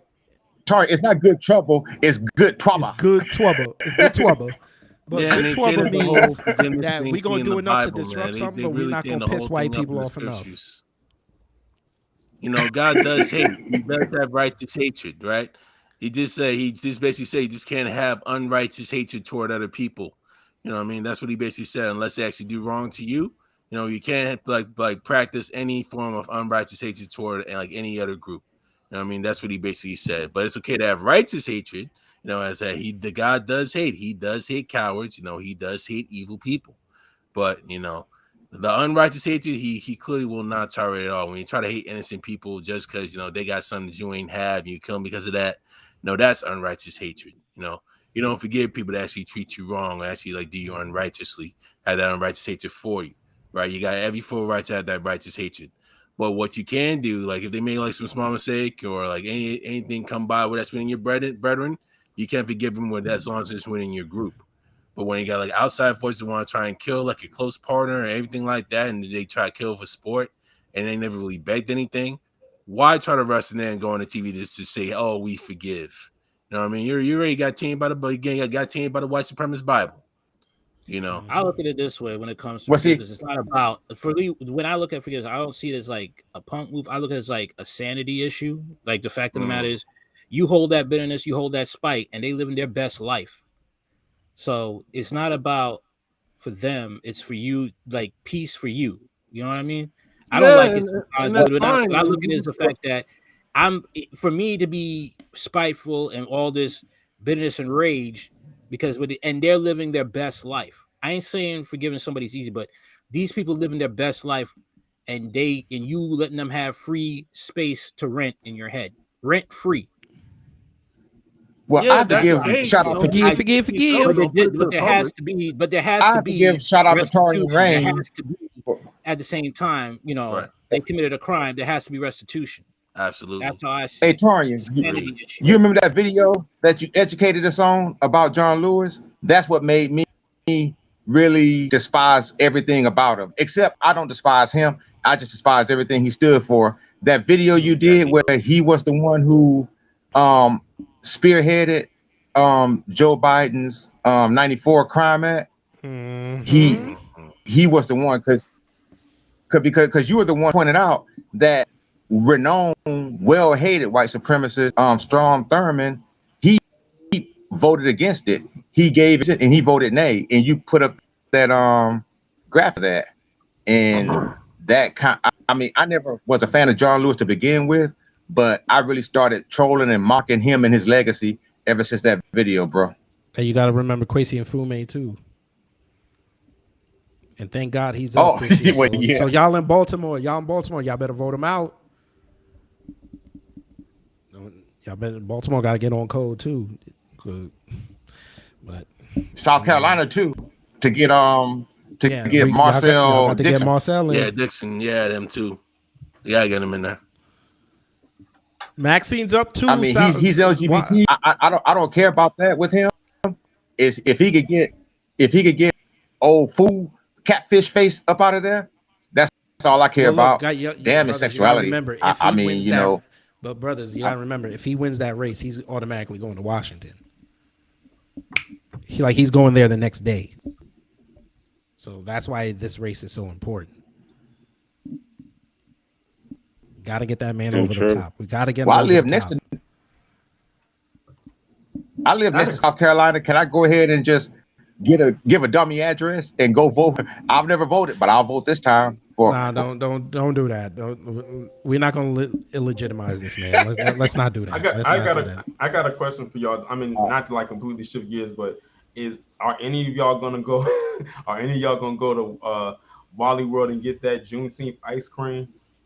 Oh, they took it out already. I went there the other day. They took it all. They took it all out. Oh, One of my They favorite took flavors. it all out. Okay, then Yeah, Walmart pulled it when the backlash happened. They pulled it all. Well, Like, then I that went makes there- way. Well, then that makes way for the one that I talked about on my community tab the other Yeah. day. That there was a black-owned ice cream I think business. theirs was in Walmart too, and- and they were gone. Yeah, they did. Like, and that's a good thing because Yeah. all of her, she has like 6 flavors. Ironically, one of them is that red velvet one, just like the one that Wally World was trying to push. And on her site, all of them were sold out. Like someone had posted a comment under the post and say, all of her flavors are sold out. She had 6 flavors. So I went there and I checked and it said all sold out. But I went back yesterday and now they're all on pre-order. So that means that they're She waiting for working. another shipment to come in, but you won't be able to get it shipped out to you until the end of next month. I said that's still a good thing. And then she even threw on there where you can get like the package deal of getting all 6 flavors for like $55. So I actually went to a Walmart to see if I could find it, but I didn't see any of them there. I don't think they were sold out. I just don't think that particular Walmart sold them. But luckily, she sells them at Walmart and Target. I think all of us could find a Walmart or Target near us. So I mean, I don't mind going to look to see if I can find it, especially knowing that she has a contract with those particular stores. Yeah. business is good. Educate me. Business. What's with us and red velvet? They associate that with black folk. That's Okay, that- I don't know. that's associated with us. I have to do the history on that, but anytime you say red velvet, you automatically think of black people. Yeah, red velvet is not my favorite color of ice cream, to be honest with you. It's either vanilla or strawberry. So even if they had like, Or I know chocolate. strawberry. Yeah, because if they had the flavor red velvet, even if they had like that Walmart logo, I still wouldn't even buy it because that's not my favorite flavor. Yeah, I don't know. I don't know. why I it's just almost find it associated with us. offensive that with red velvet and us. I don't know. I mean, whatever. That thanks for the answer. I just can't understand the correlation between.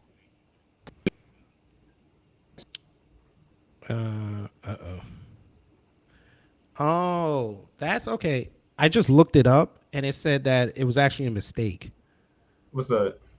Red velvet cake. They said it wasn't supposed to be red.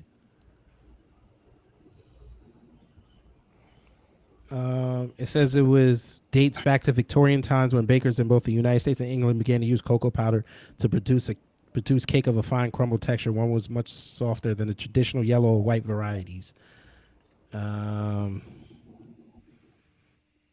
Yeah, they said it was supposed to, they said basically red velvet was supposed to be a mistake.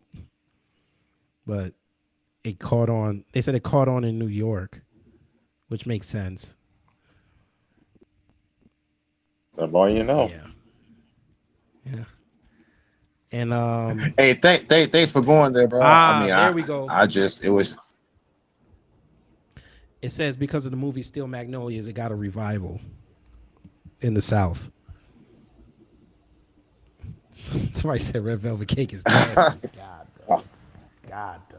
I think it's because like a lot of people when they think of red velvet, it's like. And let me ask the panel this, if I may. How many of y'all looking forward to the new documentary Tariq Nasheed's working on? Yeah, count me in. About, count me in. Yeah, count me in. I mean, I like history, so I'll watch it, but I don't know.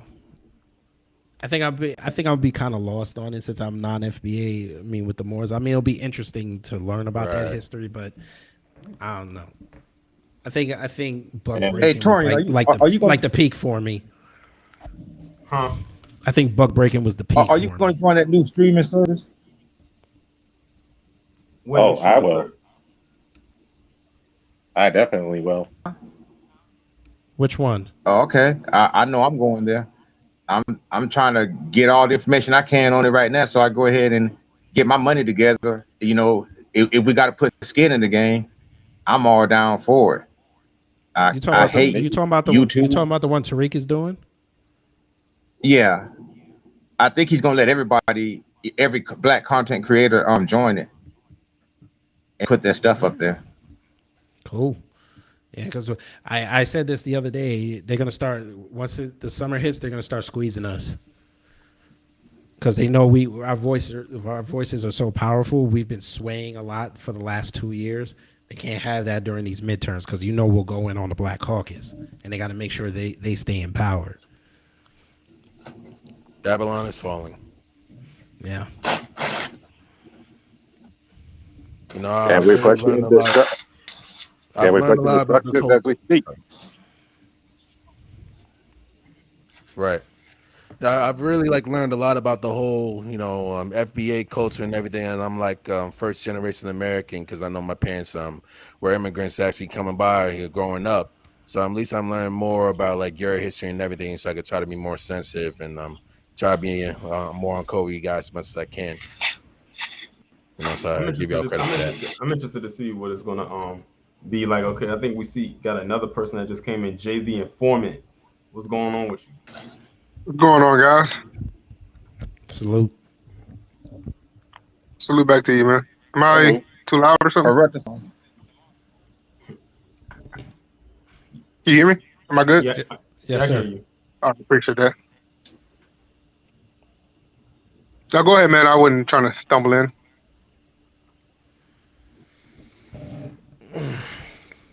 So how are we feeling about red velvet cake now?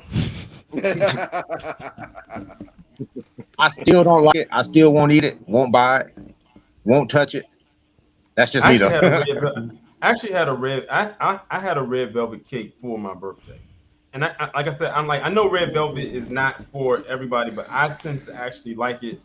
And when that new shipment of that particular black-owned ice cream comes in, I'm actually going to try. But I want to try the other flavors as well because she has a lot of them. She has a lot of like I said, she has six. Yeah, she has 6 different flavors.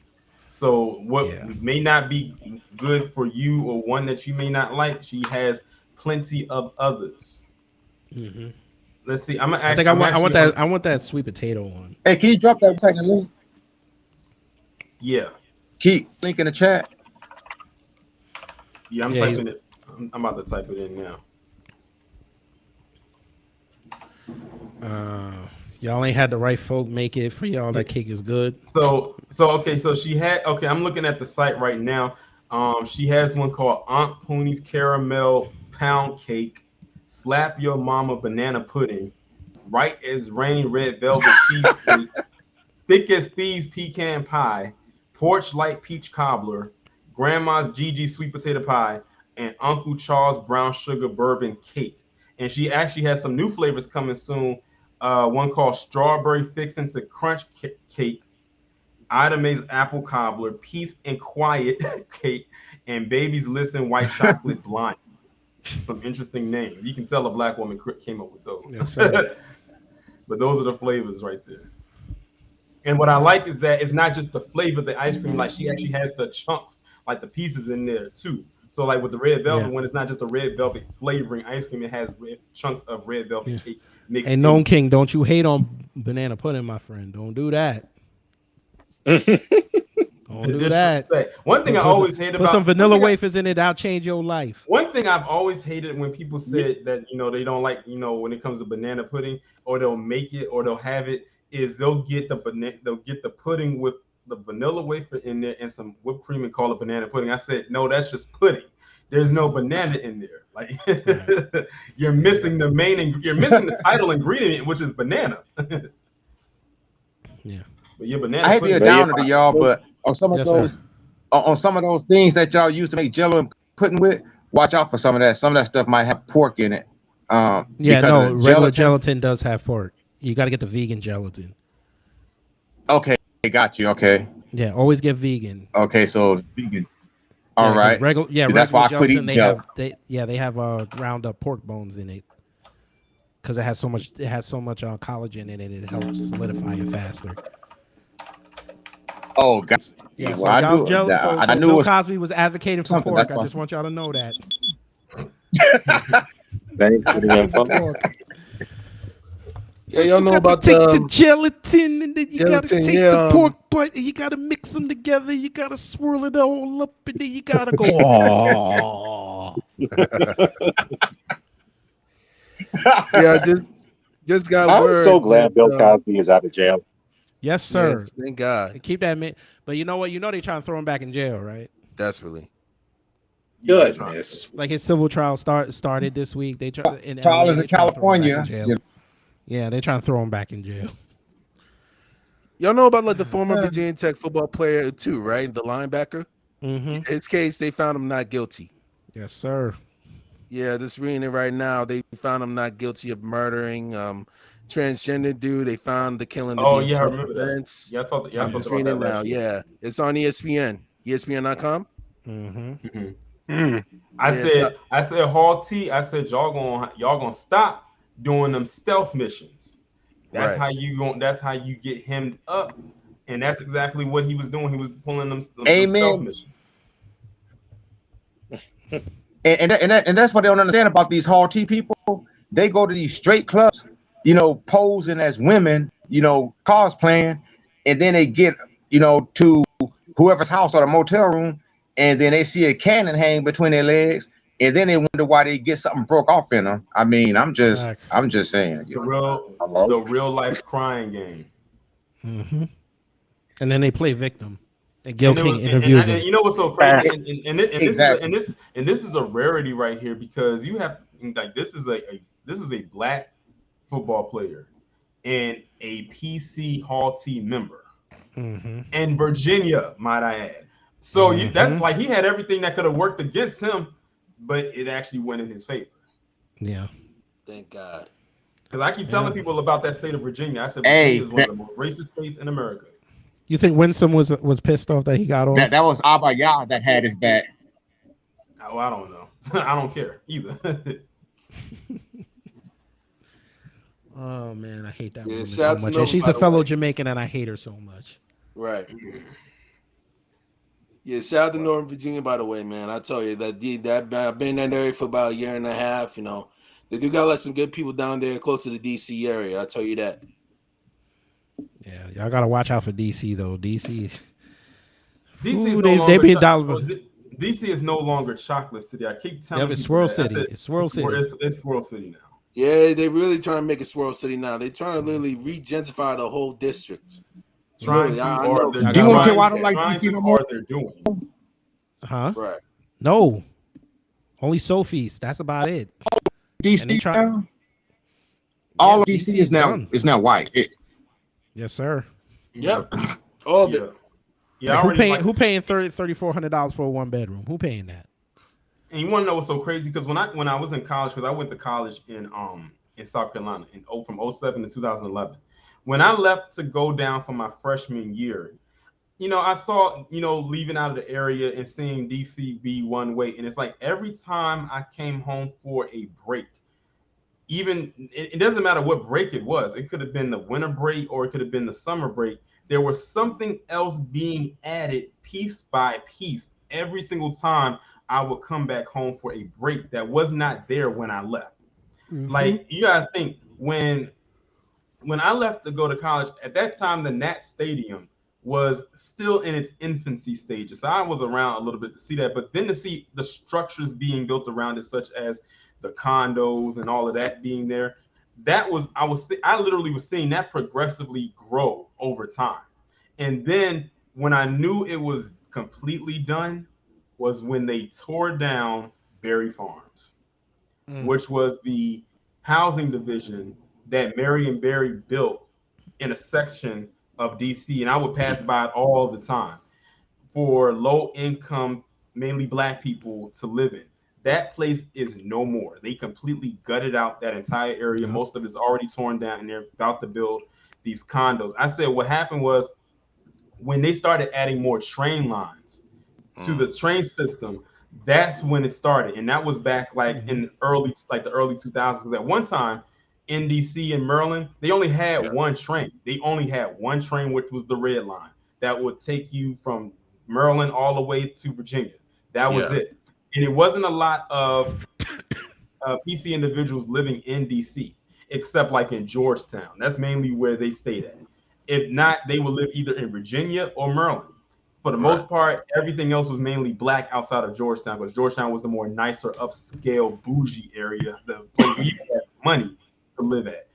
But then when they started building the other train lines, which I think they're up to like 6 at least now, now they're able to move back in because they don't have to travel so far because of train lines. Some still live in Virginia, some still live in Maryland, but a lot of them have come back into DC. I always call it white flight in reverse. They left, black people moved in, but now they got the property back, and now they're coming back in.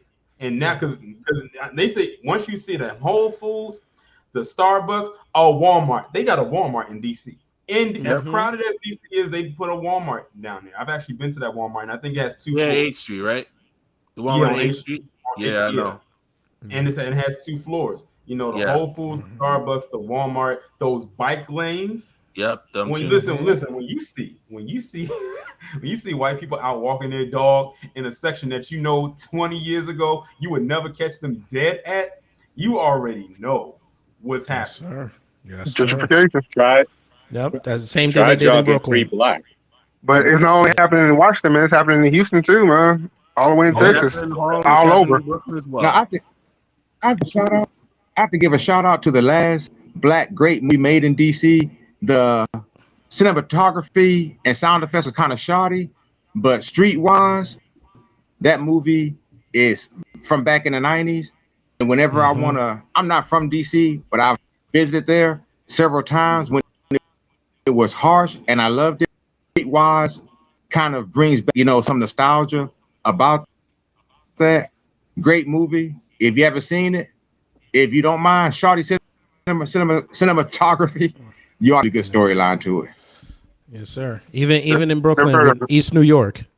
East New York is white now. I knew Harlem was done with that year that they had the MTV Awards there. Yeah. I'm like, in Harlem? I said, of all places, I said, y'all couldn't go down to Radio City to have that where y'all usually have it at? Like right down there in Times Square?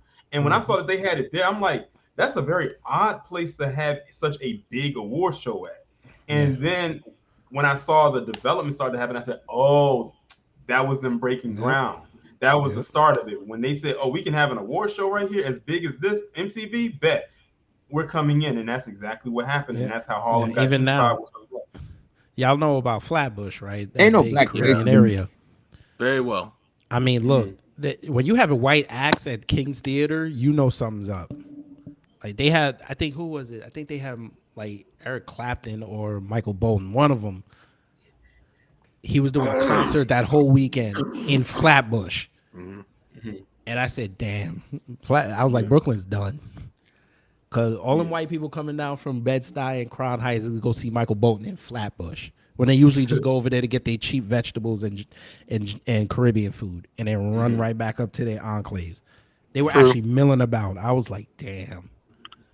Yeah, and then the rent started slowly going up. Now in Brooklyn, it's like the highest now, even though. And I know too, like also too, like for me yesterday, I went to Chipotle yesterday, and I saw like a few your stomach hates white girl. I went to Chipotle, and I saw like four. It was like four white girls in there, and I was in Oxon Hill. Oxon Hill, Maryland is very black. So to actually see that, I was like, oh yeah, it's happening. But see, the thing is, what's happening over here is that they now have the MGM. We got the National Harbor over here, where it's like, it's almost like their version of the Baltimore Harbor, where the inner harbor is in Baltimore. Right. But they have that MGM right there, which we know is one of the biggest hotel casino chains in the world. Of course, everyone knows the one in Vegas. That's the more popular one. But they got the MGM there. So that is how they're bringing gentrification into Maryland, was through that. And they also got another casino. The casinos is what did it. Because they got another casino in a place called Arundel Mills in Anne Arundel County. Yeah. That was like their first. I think Right. that wasn't Maryland's first casino, but Uh, it was one of their more recent ones. And then they put the MGM in. And I think what they did, this is how they did it, because they have a casino all the way in northern Maryland, close to Delaware, called Perryville. That was one yeah, of I their remember first. that one. Yeah, from Yeah. Exit That's one. 93 off 95, right? Yeah, that's like their That's the one. first. That's like they have one there. They have a casino in Ocean City, which of course Yeah. is the beach. Then they have one in Baltimore called Horseshoe, and that's near the Raven Stadium and the Yeah. Orioles Stadium. Then Right. they have Maryland Live, which is in Anne Arundel County, which is inside the mall. It's Yep. inside the mall. And Yep. now they have MGM, which is on the harbor, which is literally sitting right there on the break between Maryland and we cross the bridge here, and now we're in Virginia. So they have Hey, four Tanya, can casinos. So they have four casinos in the state of Maryland, but they're in four different parts. Go ahead. hey, can black people even Frederick nowadays? I'm Frederick, just asking. Maryland. Yeah. Frederick, Maryland. Frederick? Uh-huh.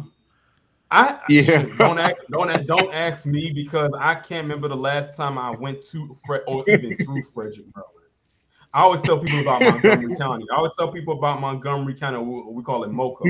Montgomery County. Now that's like, now you gotta have some money to live up in Montgomery County. Or Potomac, Maryland. Potomac, Maryland is where like the bougie black people live. Like, Yes. your ball players, that host that show Real called Real Housewives Housewives of of Potomac. That's where they Yeah, live. it's kind of That's like where all, Bulkhead down here. yeah, that's where all the bougie black people live at, like your Right. doctors, your lawyers, your judges, your ball players, any actors, anyone who has a lot of money Right. lives in Potomac, and it is very bougie up there, like very. Think of but Potomac, Maryland is like our version of Baldwin Hills. Baldwin Hills is out in California. LA. In LA, and I went to Baldwin Hills when I was in LA. It's really nice out there. It's amazing to see a lot of black people like really established out there. I saw one guy, he was leaving to go to work, had his nurse's uniform on, him and his wife, and his wife is black. And, she kissed him goodbye, and they left, boom, whatever it is. But yeah, Potomac, Maryland, that's like I said, that's where the bougie black people live at, is right up in that region. It's And nice amazing. houses. Back in the day, it used to be PG County. I still, yeah, PG County. And PG County, I live in PG County. Like PG County, is the wealthiest black county in America. Yeah. That actually Yeah, shocked no. me when I first learned about that years ago. But it is the most wealthy. Of course, it's going to have its rundown parts, but what place doesn't? Now, when you start going to like Bowie, Laurel, Upper Marlboro, that's when you really start to see why they call it that, because those are where those nice homes are at. Even down in Clinton, in certain parts of Clinton, Maryland, which is not far from me, are the nice places. Now, once you start, well, that's not PG County, because Waldorf is Charles County. Yeah. Yeah, Waldorf is Charles County. Yeah, definitely And Charles. so I was about to go into a whole nother county.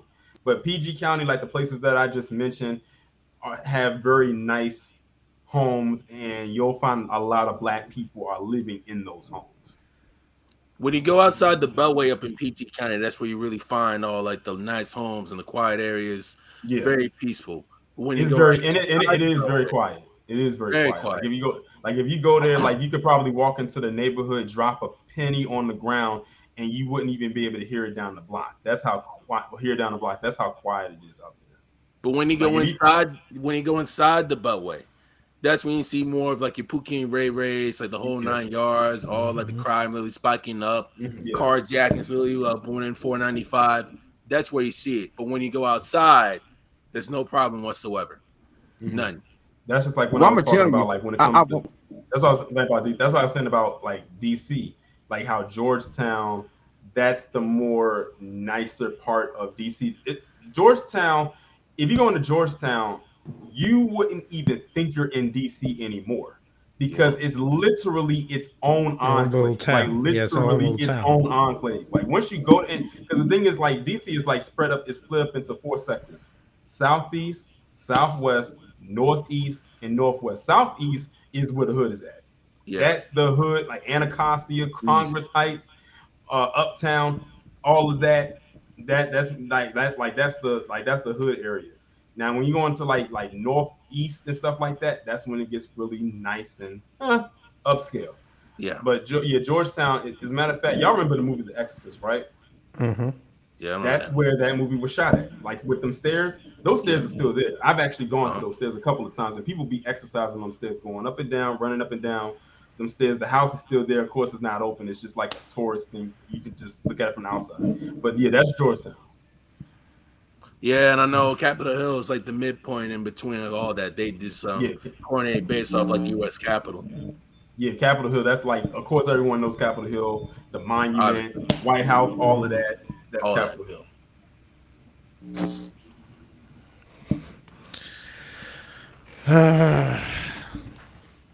This is fun. Black Voltron made a very poignant comment in the chat saying, "Y'all black folks back in the East, South, and Midwest, better look at us out there in California. This is your future if you don't take control." Mm-hmm. Oh, he's right about that California part. Yeah, California's dead. All of us on this panel need to take heed to that comment. I sure am. Yeah, that California part is very true. Especially as someone who went out to California to LA, because when I went there, I was in East LA. I was in I stayed in Monterey Park at the hotel, and Monterey Park is mainly Asians and Mexicans. That's it. That's all you're gonna find over in Monterey Park in East LA.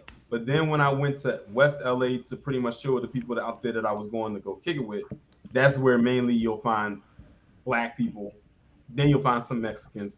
But it's California is a very heavy Mexican populace right now, and California houses like 30 million plus people. Like they literally have so many people in that state, they can start their own nation because California is such a large state. It's a very, very large state.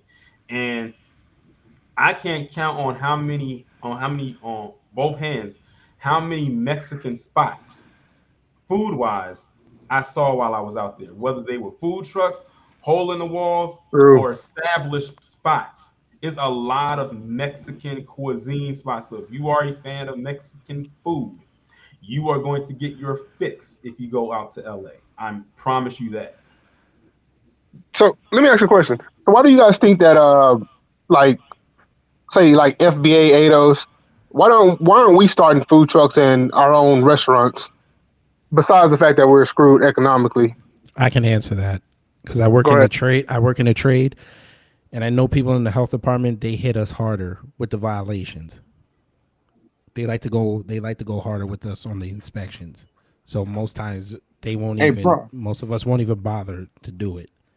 So what state are you in, by the way? Bro, let me ask you a question. Oh, go ahead, bro. Bro, let me tell you. Just look at what's going on Turkey Leg Hut. They finally barely finished that. Huh? Yeah, I'm in Houston, bro. Houston? What part? Yes, sir. Oh, we on the north side, man. Hey, 4-4 all the way, baby, when it comes to Houston. I mean, I'm just saying, acres home. But yeah, look at what they did with the Turkey Leg Hut, and look at what they tried to do with Metro Diner down there, the black-owned one, right down there, going towards the medical center. And then look at what they tried to do with This Is It and slap my soul food. I mean, that's why really right. FBA. But it was their neighbors. It was Asian neighbors that was reporting the Turkey Hut all the time. Remember? Yes, sir. Trying to drive down their business. Yeah, because but it was those white T-Hall and Alphabet Mafia that was trying to blast on Turkey Leg Hut and trying to get them shut down, trying to get them run out of business. That's right there in the edge of Third Ward. So yes, sir. I mean, they just a brother or a sister just can't catch a break. It's when they get to where they're doing damn good. The reason I say that, I'm in Houston, like I told you. You see what's happening over there between downtown and Third Ward, right? No, Fifth Ward, right? Yeah. You see that gap over there where they just put a brewery over there. The value is going up, and I don't think the black population over there, which is a lot of black people, they're not going to be able to participate, man, because there's a lot of empty lots over there. They just built a brewery, beer brewery, or what I'm mispronouncing that like crazy. And like if you see that brewery is expanding, and I think they're going to end up buying everything from like where they're at, all the way to that to the freeway. Hey, bro, have you seen Downs Avenue and Jensen Drive. I mean, those parts that's closer to downtown. I mean, that's not Yeah, even. I don't call that Fifth Ward anymore. That's something else, you know. I mean, yeah, I'm over here, dude. I went to University of Houston downtown, man. I would say, man, like this is the opportunity for like black people over here in Houston. I got to look at some of their programs, man, because I look at our city council, man. And I'm like, we make up a bigger population of black people in Houston than we do in Atlanta. Like, I don't think we're represented at all in that city council, bro. I'm gonna be honest with you, and don't even mention Sylvester Turner, man. No.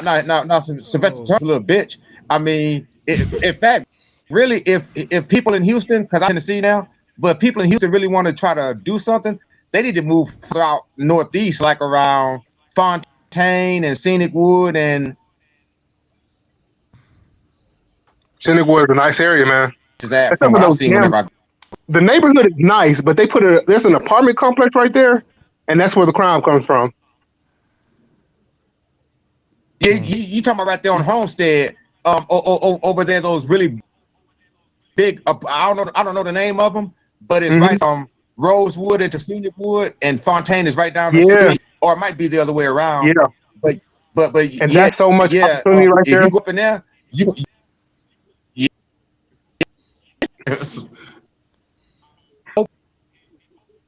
and especially if you go like towards that big Walmart, I can't remember the name of the street, but if you go that's still virgin territory over there, and don't nothing but brothers go over there, man. I mean, I'm just saying. Yeah, because I'm actually I'm thinking about investing in a food truck myself, man. I really want to get into that, man. You see them, they're popping up everywhere. Whenever I go down, well, you know who Baytown is, don't you? Not the city, but the brother that has his own food truck. You might want to see if you could get with him. I mean, you know, he put a lot of people up on a lot of game, but unfortunately, some people want to mix in other shit with it.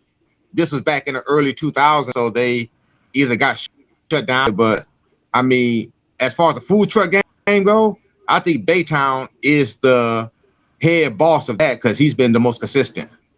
Okay. I mean, but there's plenty of opportunity over here in Houston, man. If you got that money, if you come over here with $200K, you can buy up 3 properties over here, especially in Rosewood, man. Like they're trying to. I see it like, do we have an influx of illegal immigrants? And you see about 6 of them in one house, man, and they're trying to build the houses up and move on to the next property, man. And I see black people just missing out on the opportunity, and I kind of shake my head, man, because like this is like Rosewood's been black for I don't know how long, bro. It's been black all my life, but the only thing I hate to break your heart about, it seems like that's going to become white and industrialized because Union Pacific is really trying to push hard down that area, man. Yeah, you're right. And Metro is too. I ain't worried about the Metro, man. I ain't worried. I mean, our homeless population is shooting up over here too. So, I don't know what to say about that. I think our homeless population is actually worse than any other city or any other state that you could put in. I mean, Houston has the worst homeless population, and that's worse than Skid Row over there in California. Yeah, it's worse. Yeah, LA think they have a homeless population. They haven't been in Houston yet, man. So y'all saying you down in Houston, y'all have y'all version of Skid Row? Oh yeah, man. Like damn near all of downtown, around downtown, and it's like a mobile Skid Row. Like I remember downtown under 45, the Pierce Elevated, they had like and even under University of Houston downtown, they had what they called City of Tents or whatever, or tent cities. They would come in, put them in motels for like 2 weeks or 2 months, and then tent district or go somewhere else. So there's no telling where it's a very large. Oh, we're still down there, bro. Like, I mean, damn near camp. And that's because the soup kitchens are all around there, and the soup kitchens are all over there downtown by Minute Maid Park. So only time that the city of Houston, our mayor Sylvester Turner would do something, if we have let's say the Astros going to the playoffs, he'll send every freaking cop that you know over there to clear that area, man. But if it's not anything important, any major event happening in the city, oh, y'all can just loiter around Minute Maid Park. You can, you can make a home wherever you want to, in the middle of the street if you want to be honest. Well, I have to I have to give a shout out to another FBA who tried to help Black Houston, and he'll forever be one of my favorite basketball players. Akeem Olajuwon tried to bring Black people up out there in Houston. That goddamn John Echoes kept on shooting him down. Yes, sir. I'm sorry. Hey now. Didn't mean to cuss with the lady on the thing. I'm sorry about that. She heard that. Hey, that's all right, man. Hey, a lot of brothers don't have a queen with them. Hey, did you? I don't know if you guys are watching what's happening over here. My bad. If you guys are watching what's happening over here in Houston, Texas, but they just put up a George Floyd statue. I don't know if you guys saw that at a park. Yeah. And they had a whole conference over there, and I'm looking at them like, oh God, can't do anything. We get the symbolism, brother. We get the symbolism. Great, another nigga trinket. As I like. Yeah, exactly. We always get the symbols. We don't get any tangibles. Babylon is falling. But you know what's good? I have to give California their flowers. They did do the disaggregation of black people. So that's a good move.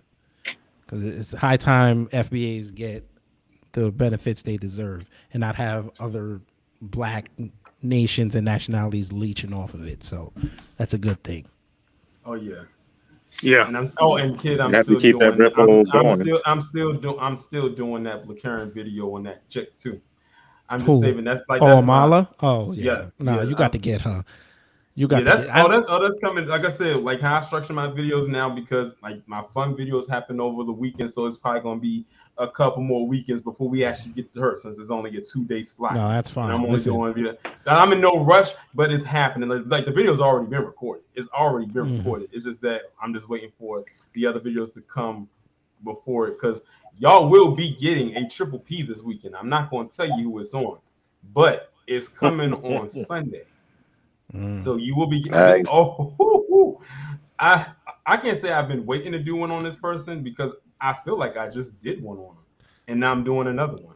So I'm just waiting for y'all to actually see it, because I'm like I'm not even gonna lie, when I be making those videos, when I be editing them, I be cackling to myself at some of the stuff that I say and the response that I know I'm going to get from the audience.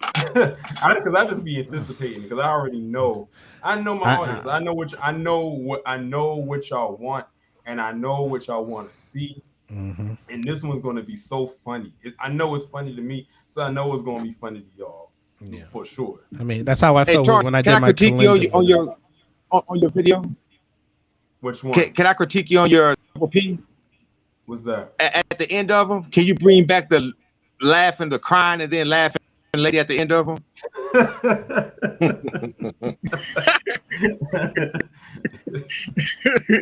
I tried to switch it. I tried to switch it up, but I might go back to those, or what I may do is I might switch them back and forth. One will have her and the other one will have the other one. That way, it's a mixture, and not have it just be it's just something about the seriousness of your videos of those triple P's, and then to see that at the end, I mean that just really like kills my ribs, and I'm like, I don't know what movie it's from, but it's from whatever.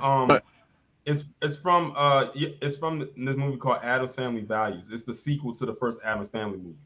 It's the part where I don't want to say, because you might want to watch it, because the movie is actually pretty good. But yeah, that clip comes from that movie, and ironically, I called it Petty Debbie because in the movie that's her character name is Debbie. So but yeah, when I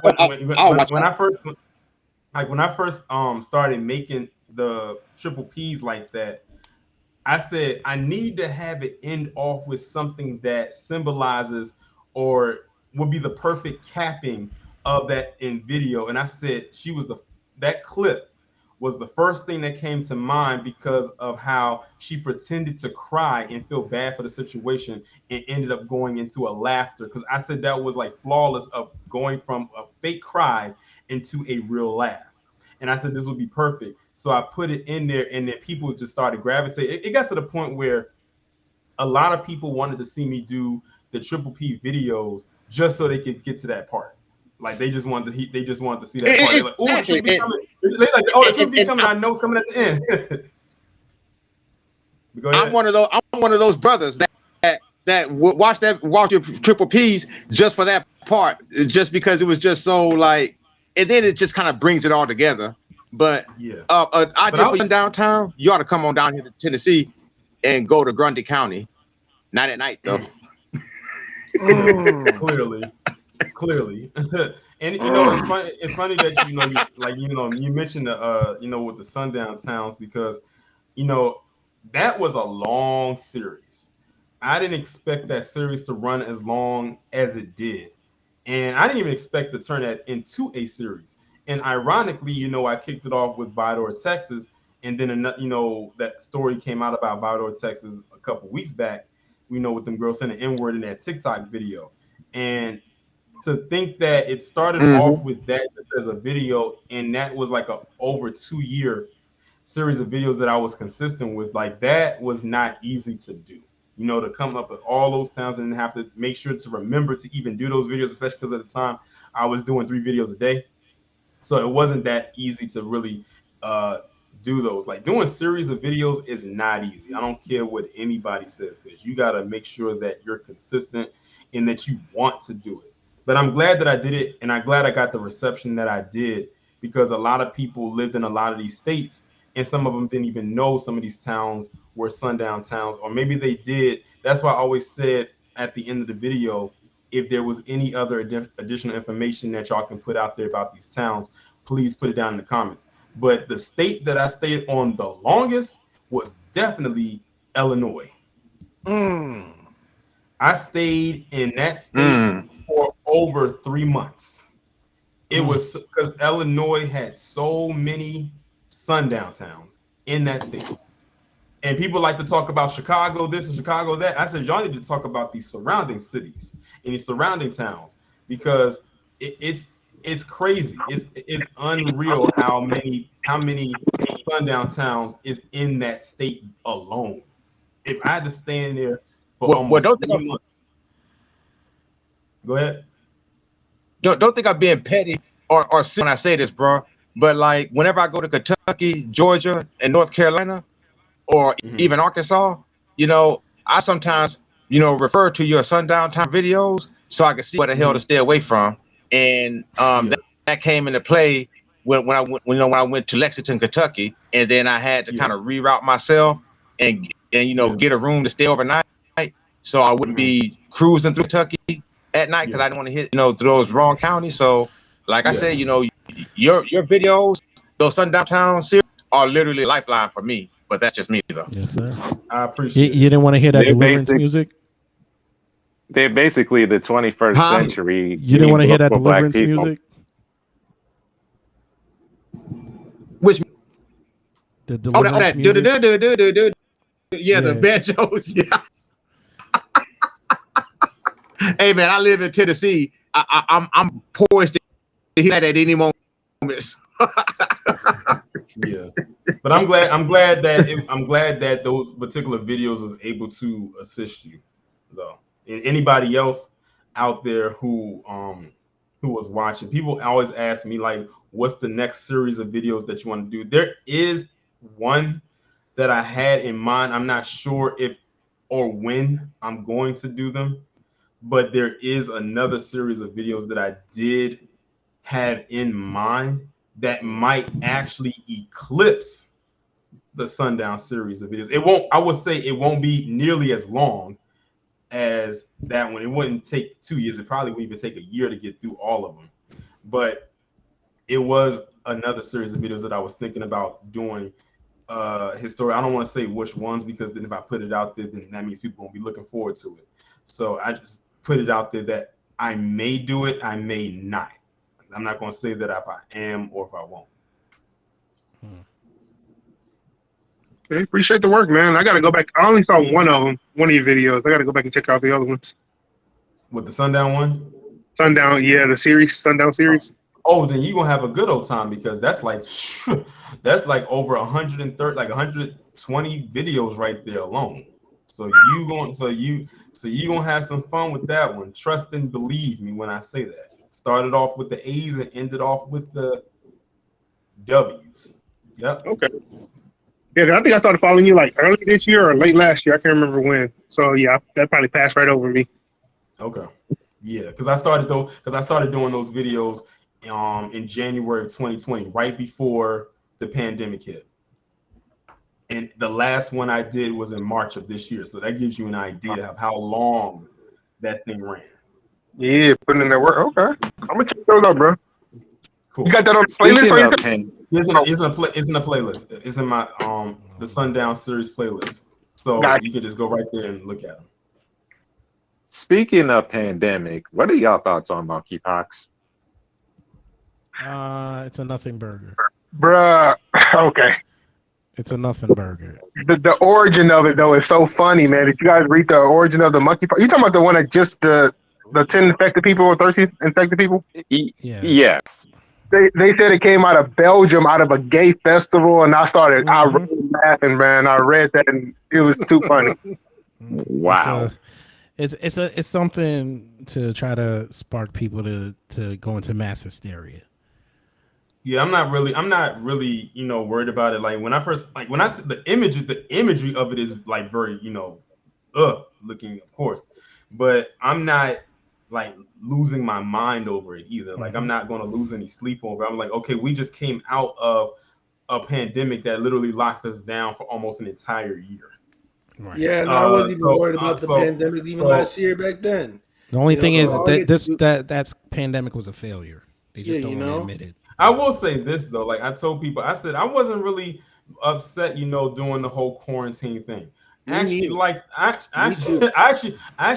being in the house for for a little bit, like gives you a chance to just kind of slow down, especially if you live a pretty fast-paced life. Not saying my life is fast-paced, but it kind of just like gives you a time to like really kind of just calm down and just do whatever. The only people that it really mess with is them PC people talking about, oh, they're comparing this to slavery. I say no, it's not. It's not even I close. said it is not.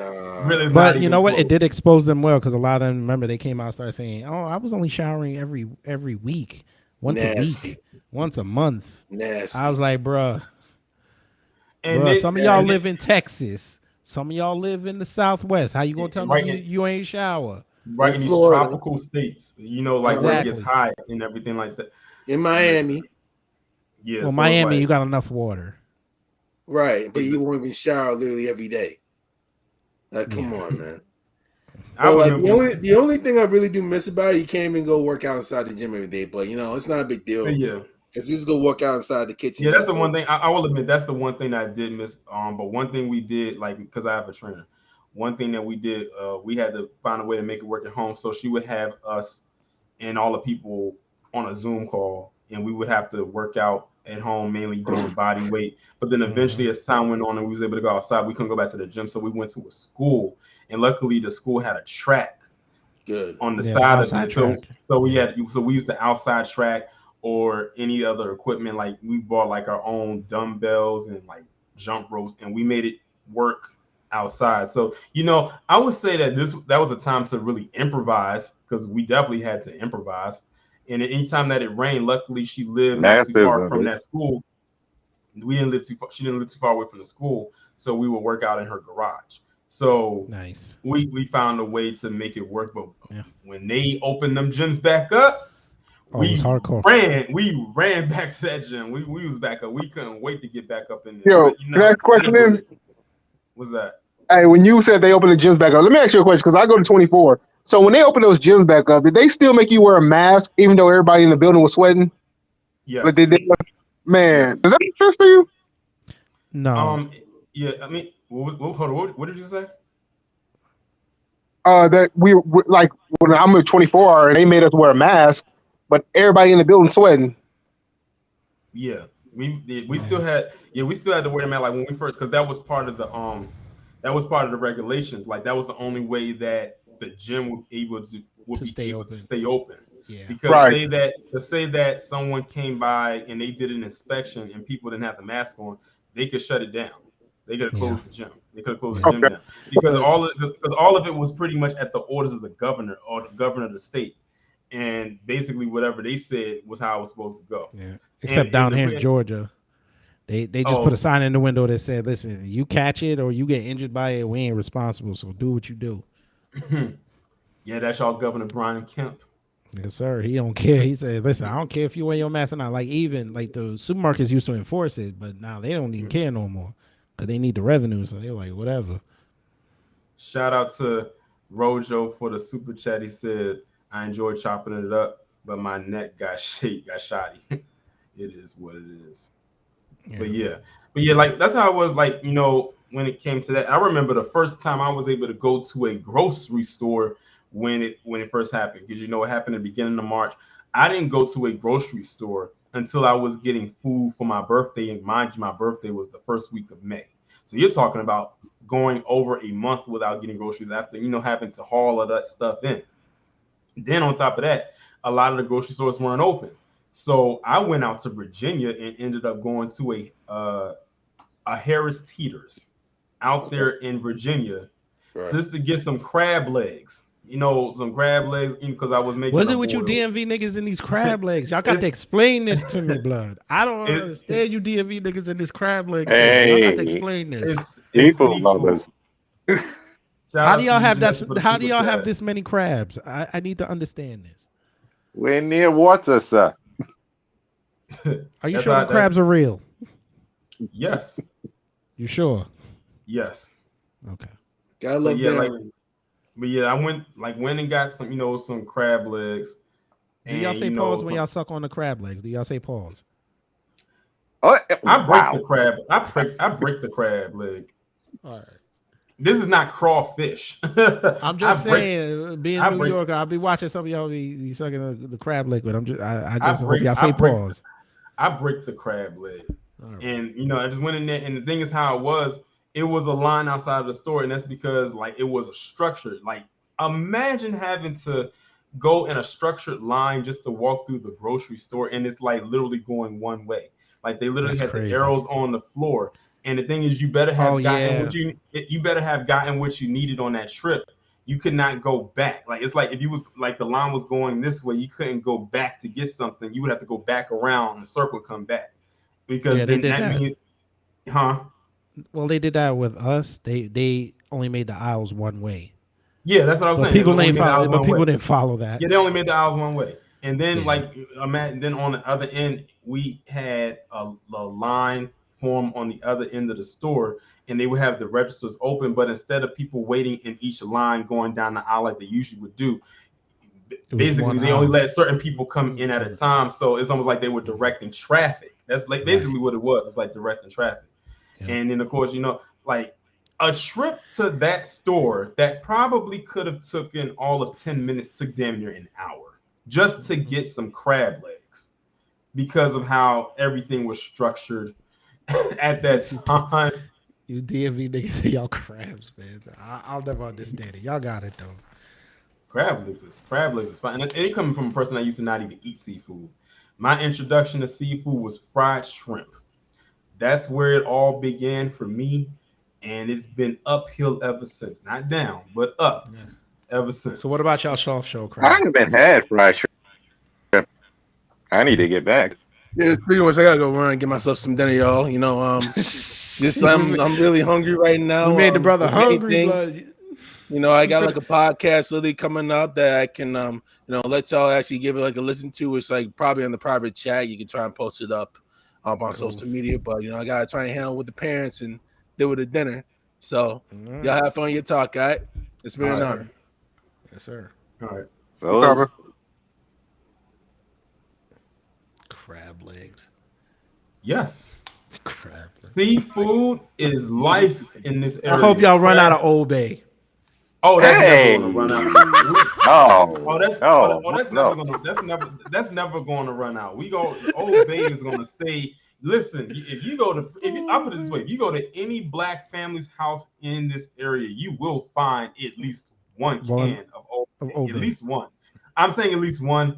but there's probably going to be some other stashed around somewhere. But you gonna find that Old Bay in a black So let household. me I ask you a know because question. So if y'all can't get Old Bay, what's the alternative? Y'all just don't make it?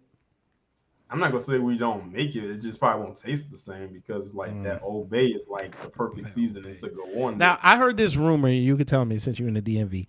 Is y'all Old Bay different than the rest of the countries? Because I heard y'all's Old Bay is a little different.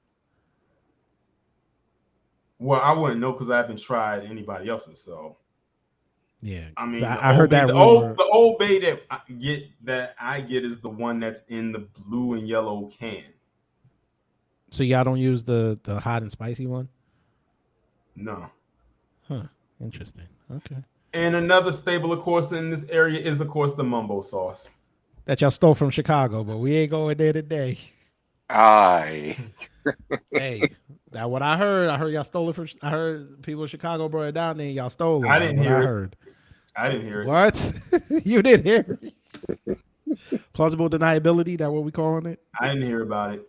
So it didn't happen. Because All I didn't hear about it. And here's another thing I gotta ask this. Why y'all like chicken wings so much? We just do. Y'all be going in on them chicken wings, boy. No, no. Especially if you got that mumbo sauce on the side, because it just goes with it. It just goes. I mean, you can put the mumbo sauce with anything, but it really goes good with the wings.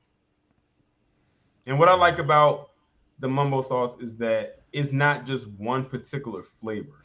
It should have a particular base, but some mumbo sauce is made different. You might have like a tangy one, you might have a spicy one, you might have a mild one, but it shouldn't be like hot sauce or anything like, because it's not hot sauce, but it should have a little bit of Rojo's sweetness choosing to violence on y'all, Torian.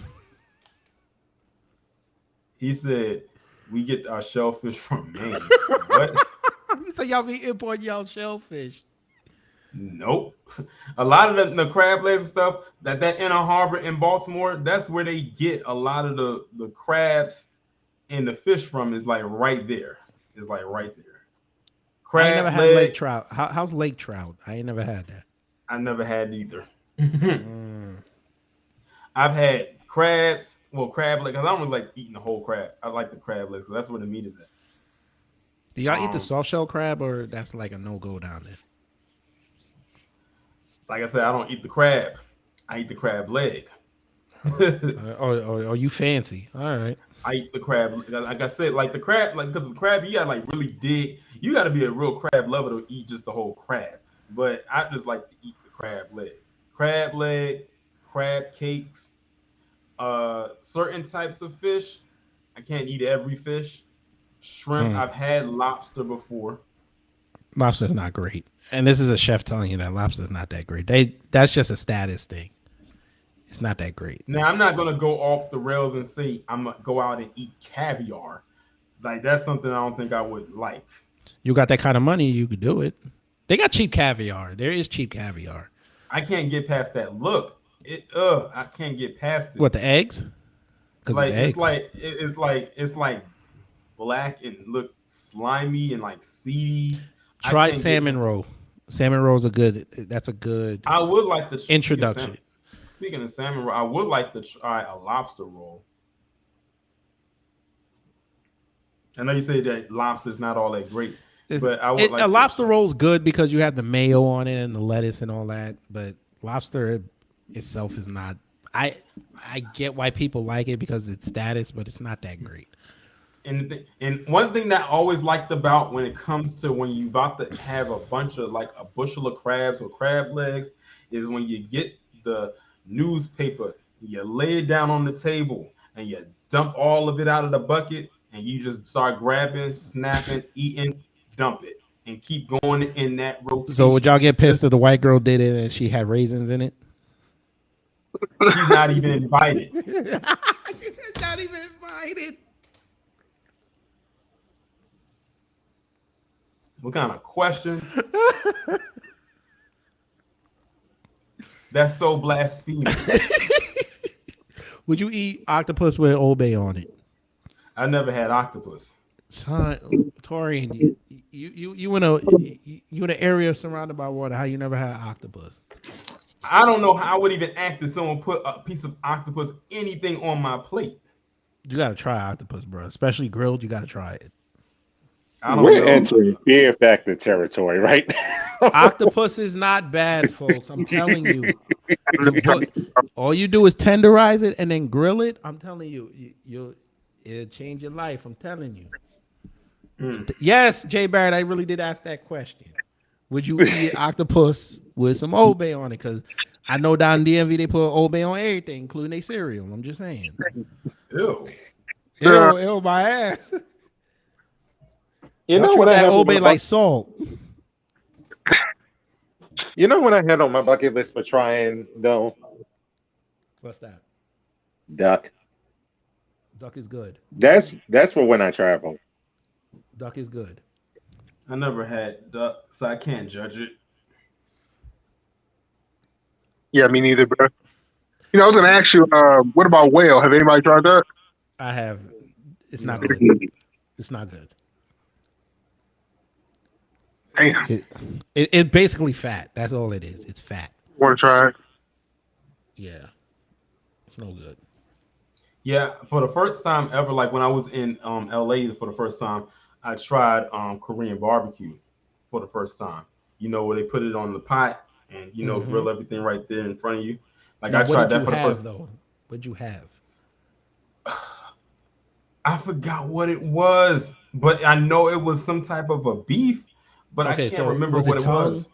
Was it tongue? Was I it a think one of them cheek? was. I think one of them was a tongue, but I forgot where the tongue came from. It wasn't that bad. As honestly, what I had wasn't that bad. Grilled meat. It, Grilled meat is Calvin, great. bro. it wasn't that bad. It wasn't as bad as I thought it was going to be. It doesn't even look like how you think it would. Like if someone said, "Oh, I'm about to bring this tongue to the table."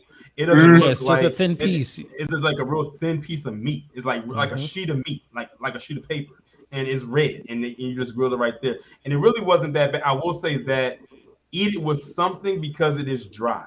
It has Yes. no flavor, so you would Mm-hmm. have to eat it with something or season it or something. Because if you eat it by itself, it's gonna be like eating. You'll be chewing it for a little bit because it has no You flavor. know what? Try the beef tongue in hot pot. Okay, Yeah, try that. Because at least but it hot was, pot I will know, give it some sort of seasoning. And I know how but I y'all do doing the know, DMV. I'm sure y'all hot pot gonna be seasoned with Old Bay. I already yeah, know that. but I do know that it was like I forgot what it was, but it wasn't a beef family. I do know that, but it was good. But like I said, just Was eat it it with pork? something because it wasn't pork. It was definitely beef. I would have known if it Okay. was pork, Okay. but I just can't remember Was it the cheek? exactly what it was. It wasn't cheek. I would have remembered that if it was cheek. mm. Interesting. All right. I I mean, mean, if you said it was a tongue, I'm assuming it was a cow's tongue. That's real popular over here in Texas. yeah, yeah. It's always cow tongue. Always cow tongue. Okay, Yeah, yeah. okay, I didn't know that. Okay. But yeah, Um, yeah. But yeah, hot pot is good if you want to try those weird meats.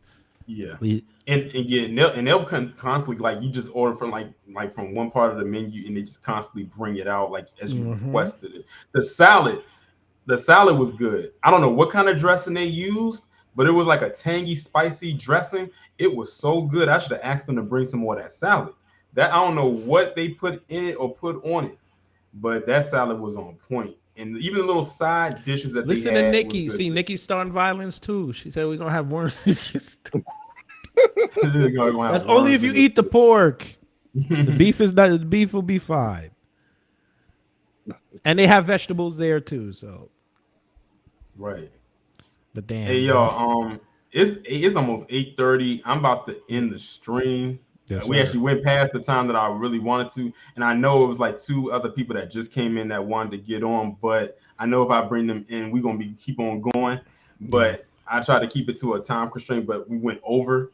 But don't worry, we will be back at it again at the end of June. You know, Freestyle Friday happens at the end of every month, the last Friday of every month, Mm-hmm. but definitely y'all come back. Shout out to everybody that came through. Shout out to the people that donated to the super chat. I greatly appreciate it. Of course, we'll be back on this channel tomorrow at 5 p.m. Eastern Standard Time. I'll say that tomorrow I have a Twitter analysis. I'm gonna have to go in on one of these Karens for Yeah. being insubordinate. Then I got the Triple P on Sunday. I'm not gonna tell y'all who it's on, but when y'all see, y'all be like, yes. But with that being said, y'all enjoy Hey, the rest of Torin, your what's the weekend, huh? hey, let me recommend one dude to you. I don't know if you heard about the story of Pat Burke, but you might want to look into him and his 3 A's that he fired. Did you Who? ever hear? Pat Burke. Pat Burke. Yeah, in New York. 3 of his A's came to him talking about. Oh yeah. I know Here, Pat check that Burke. out, bro. Yeah, I know Pat Burke. Okay, I'll look into it. You sound And let me kid.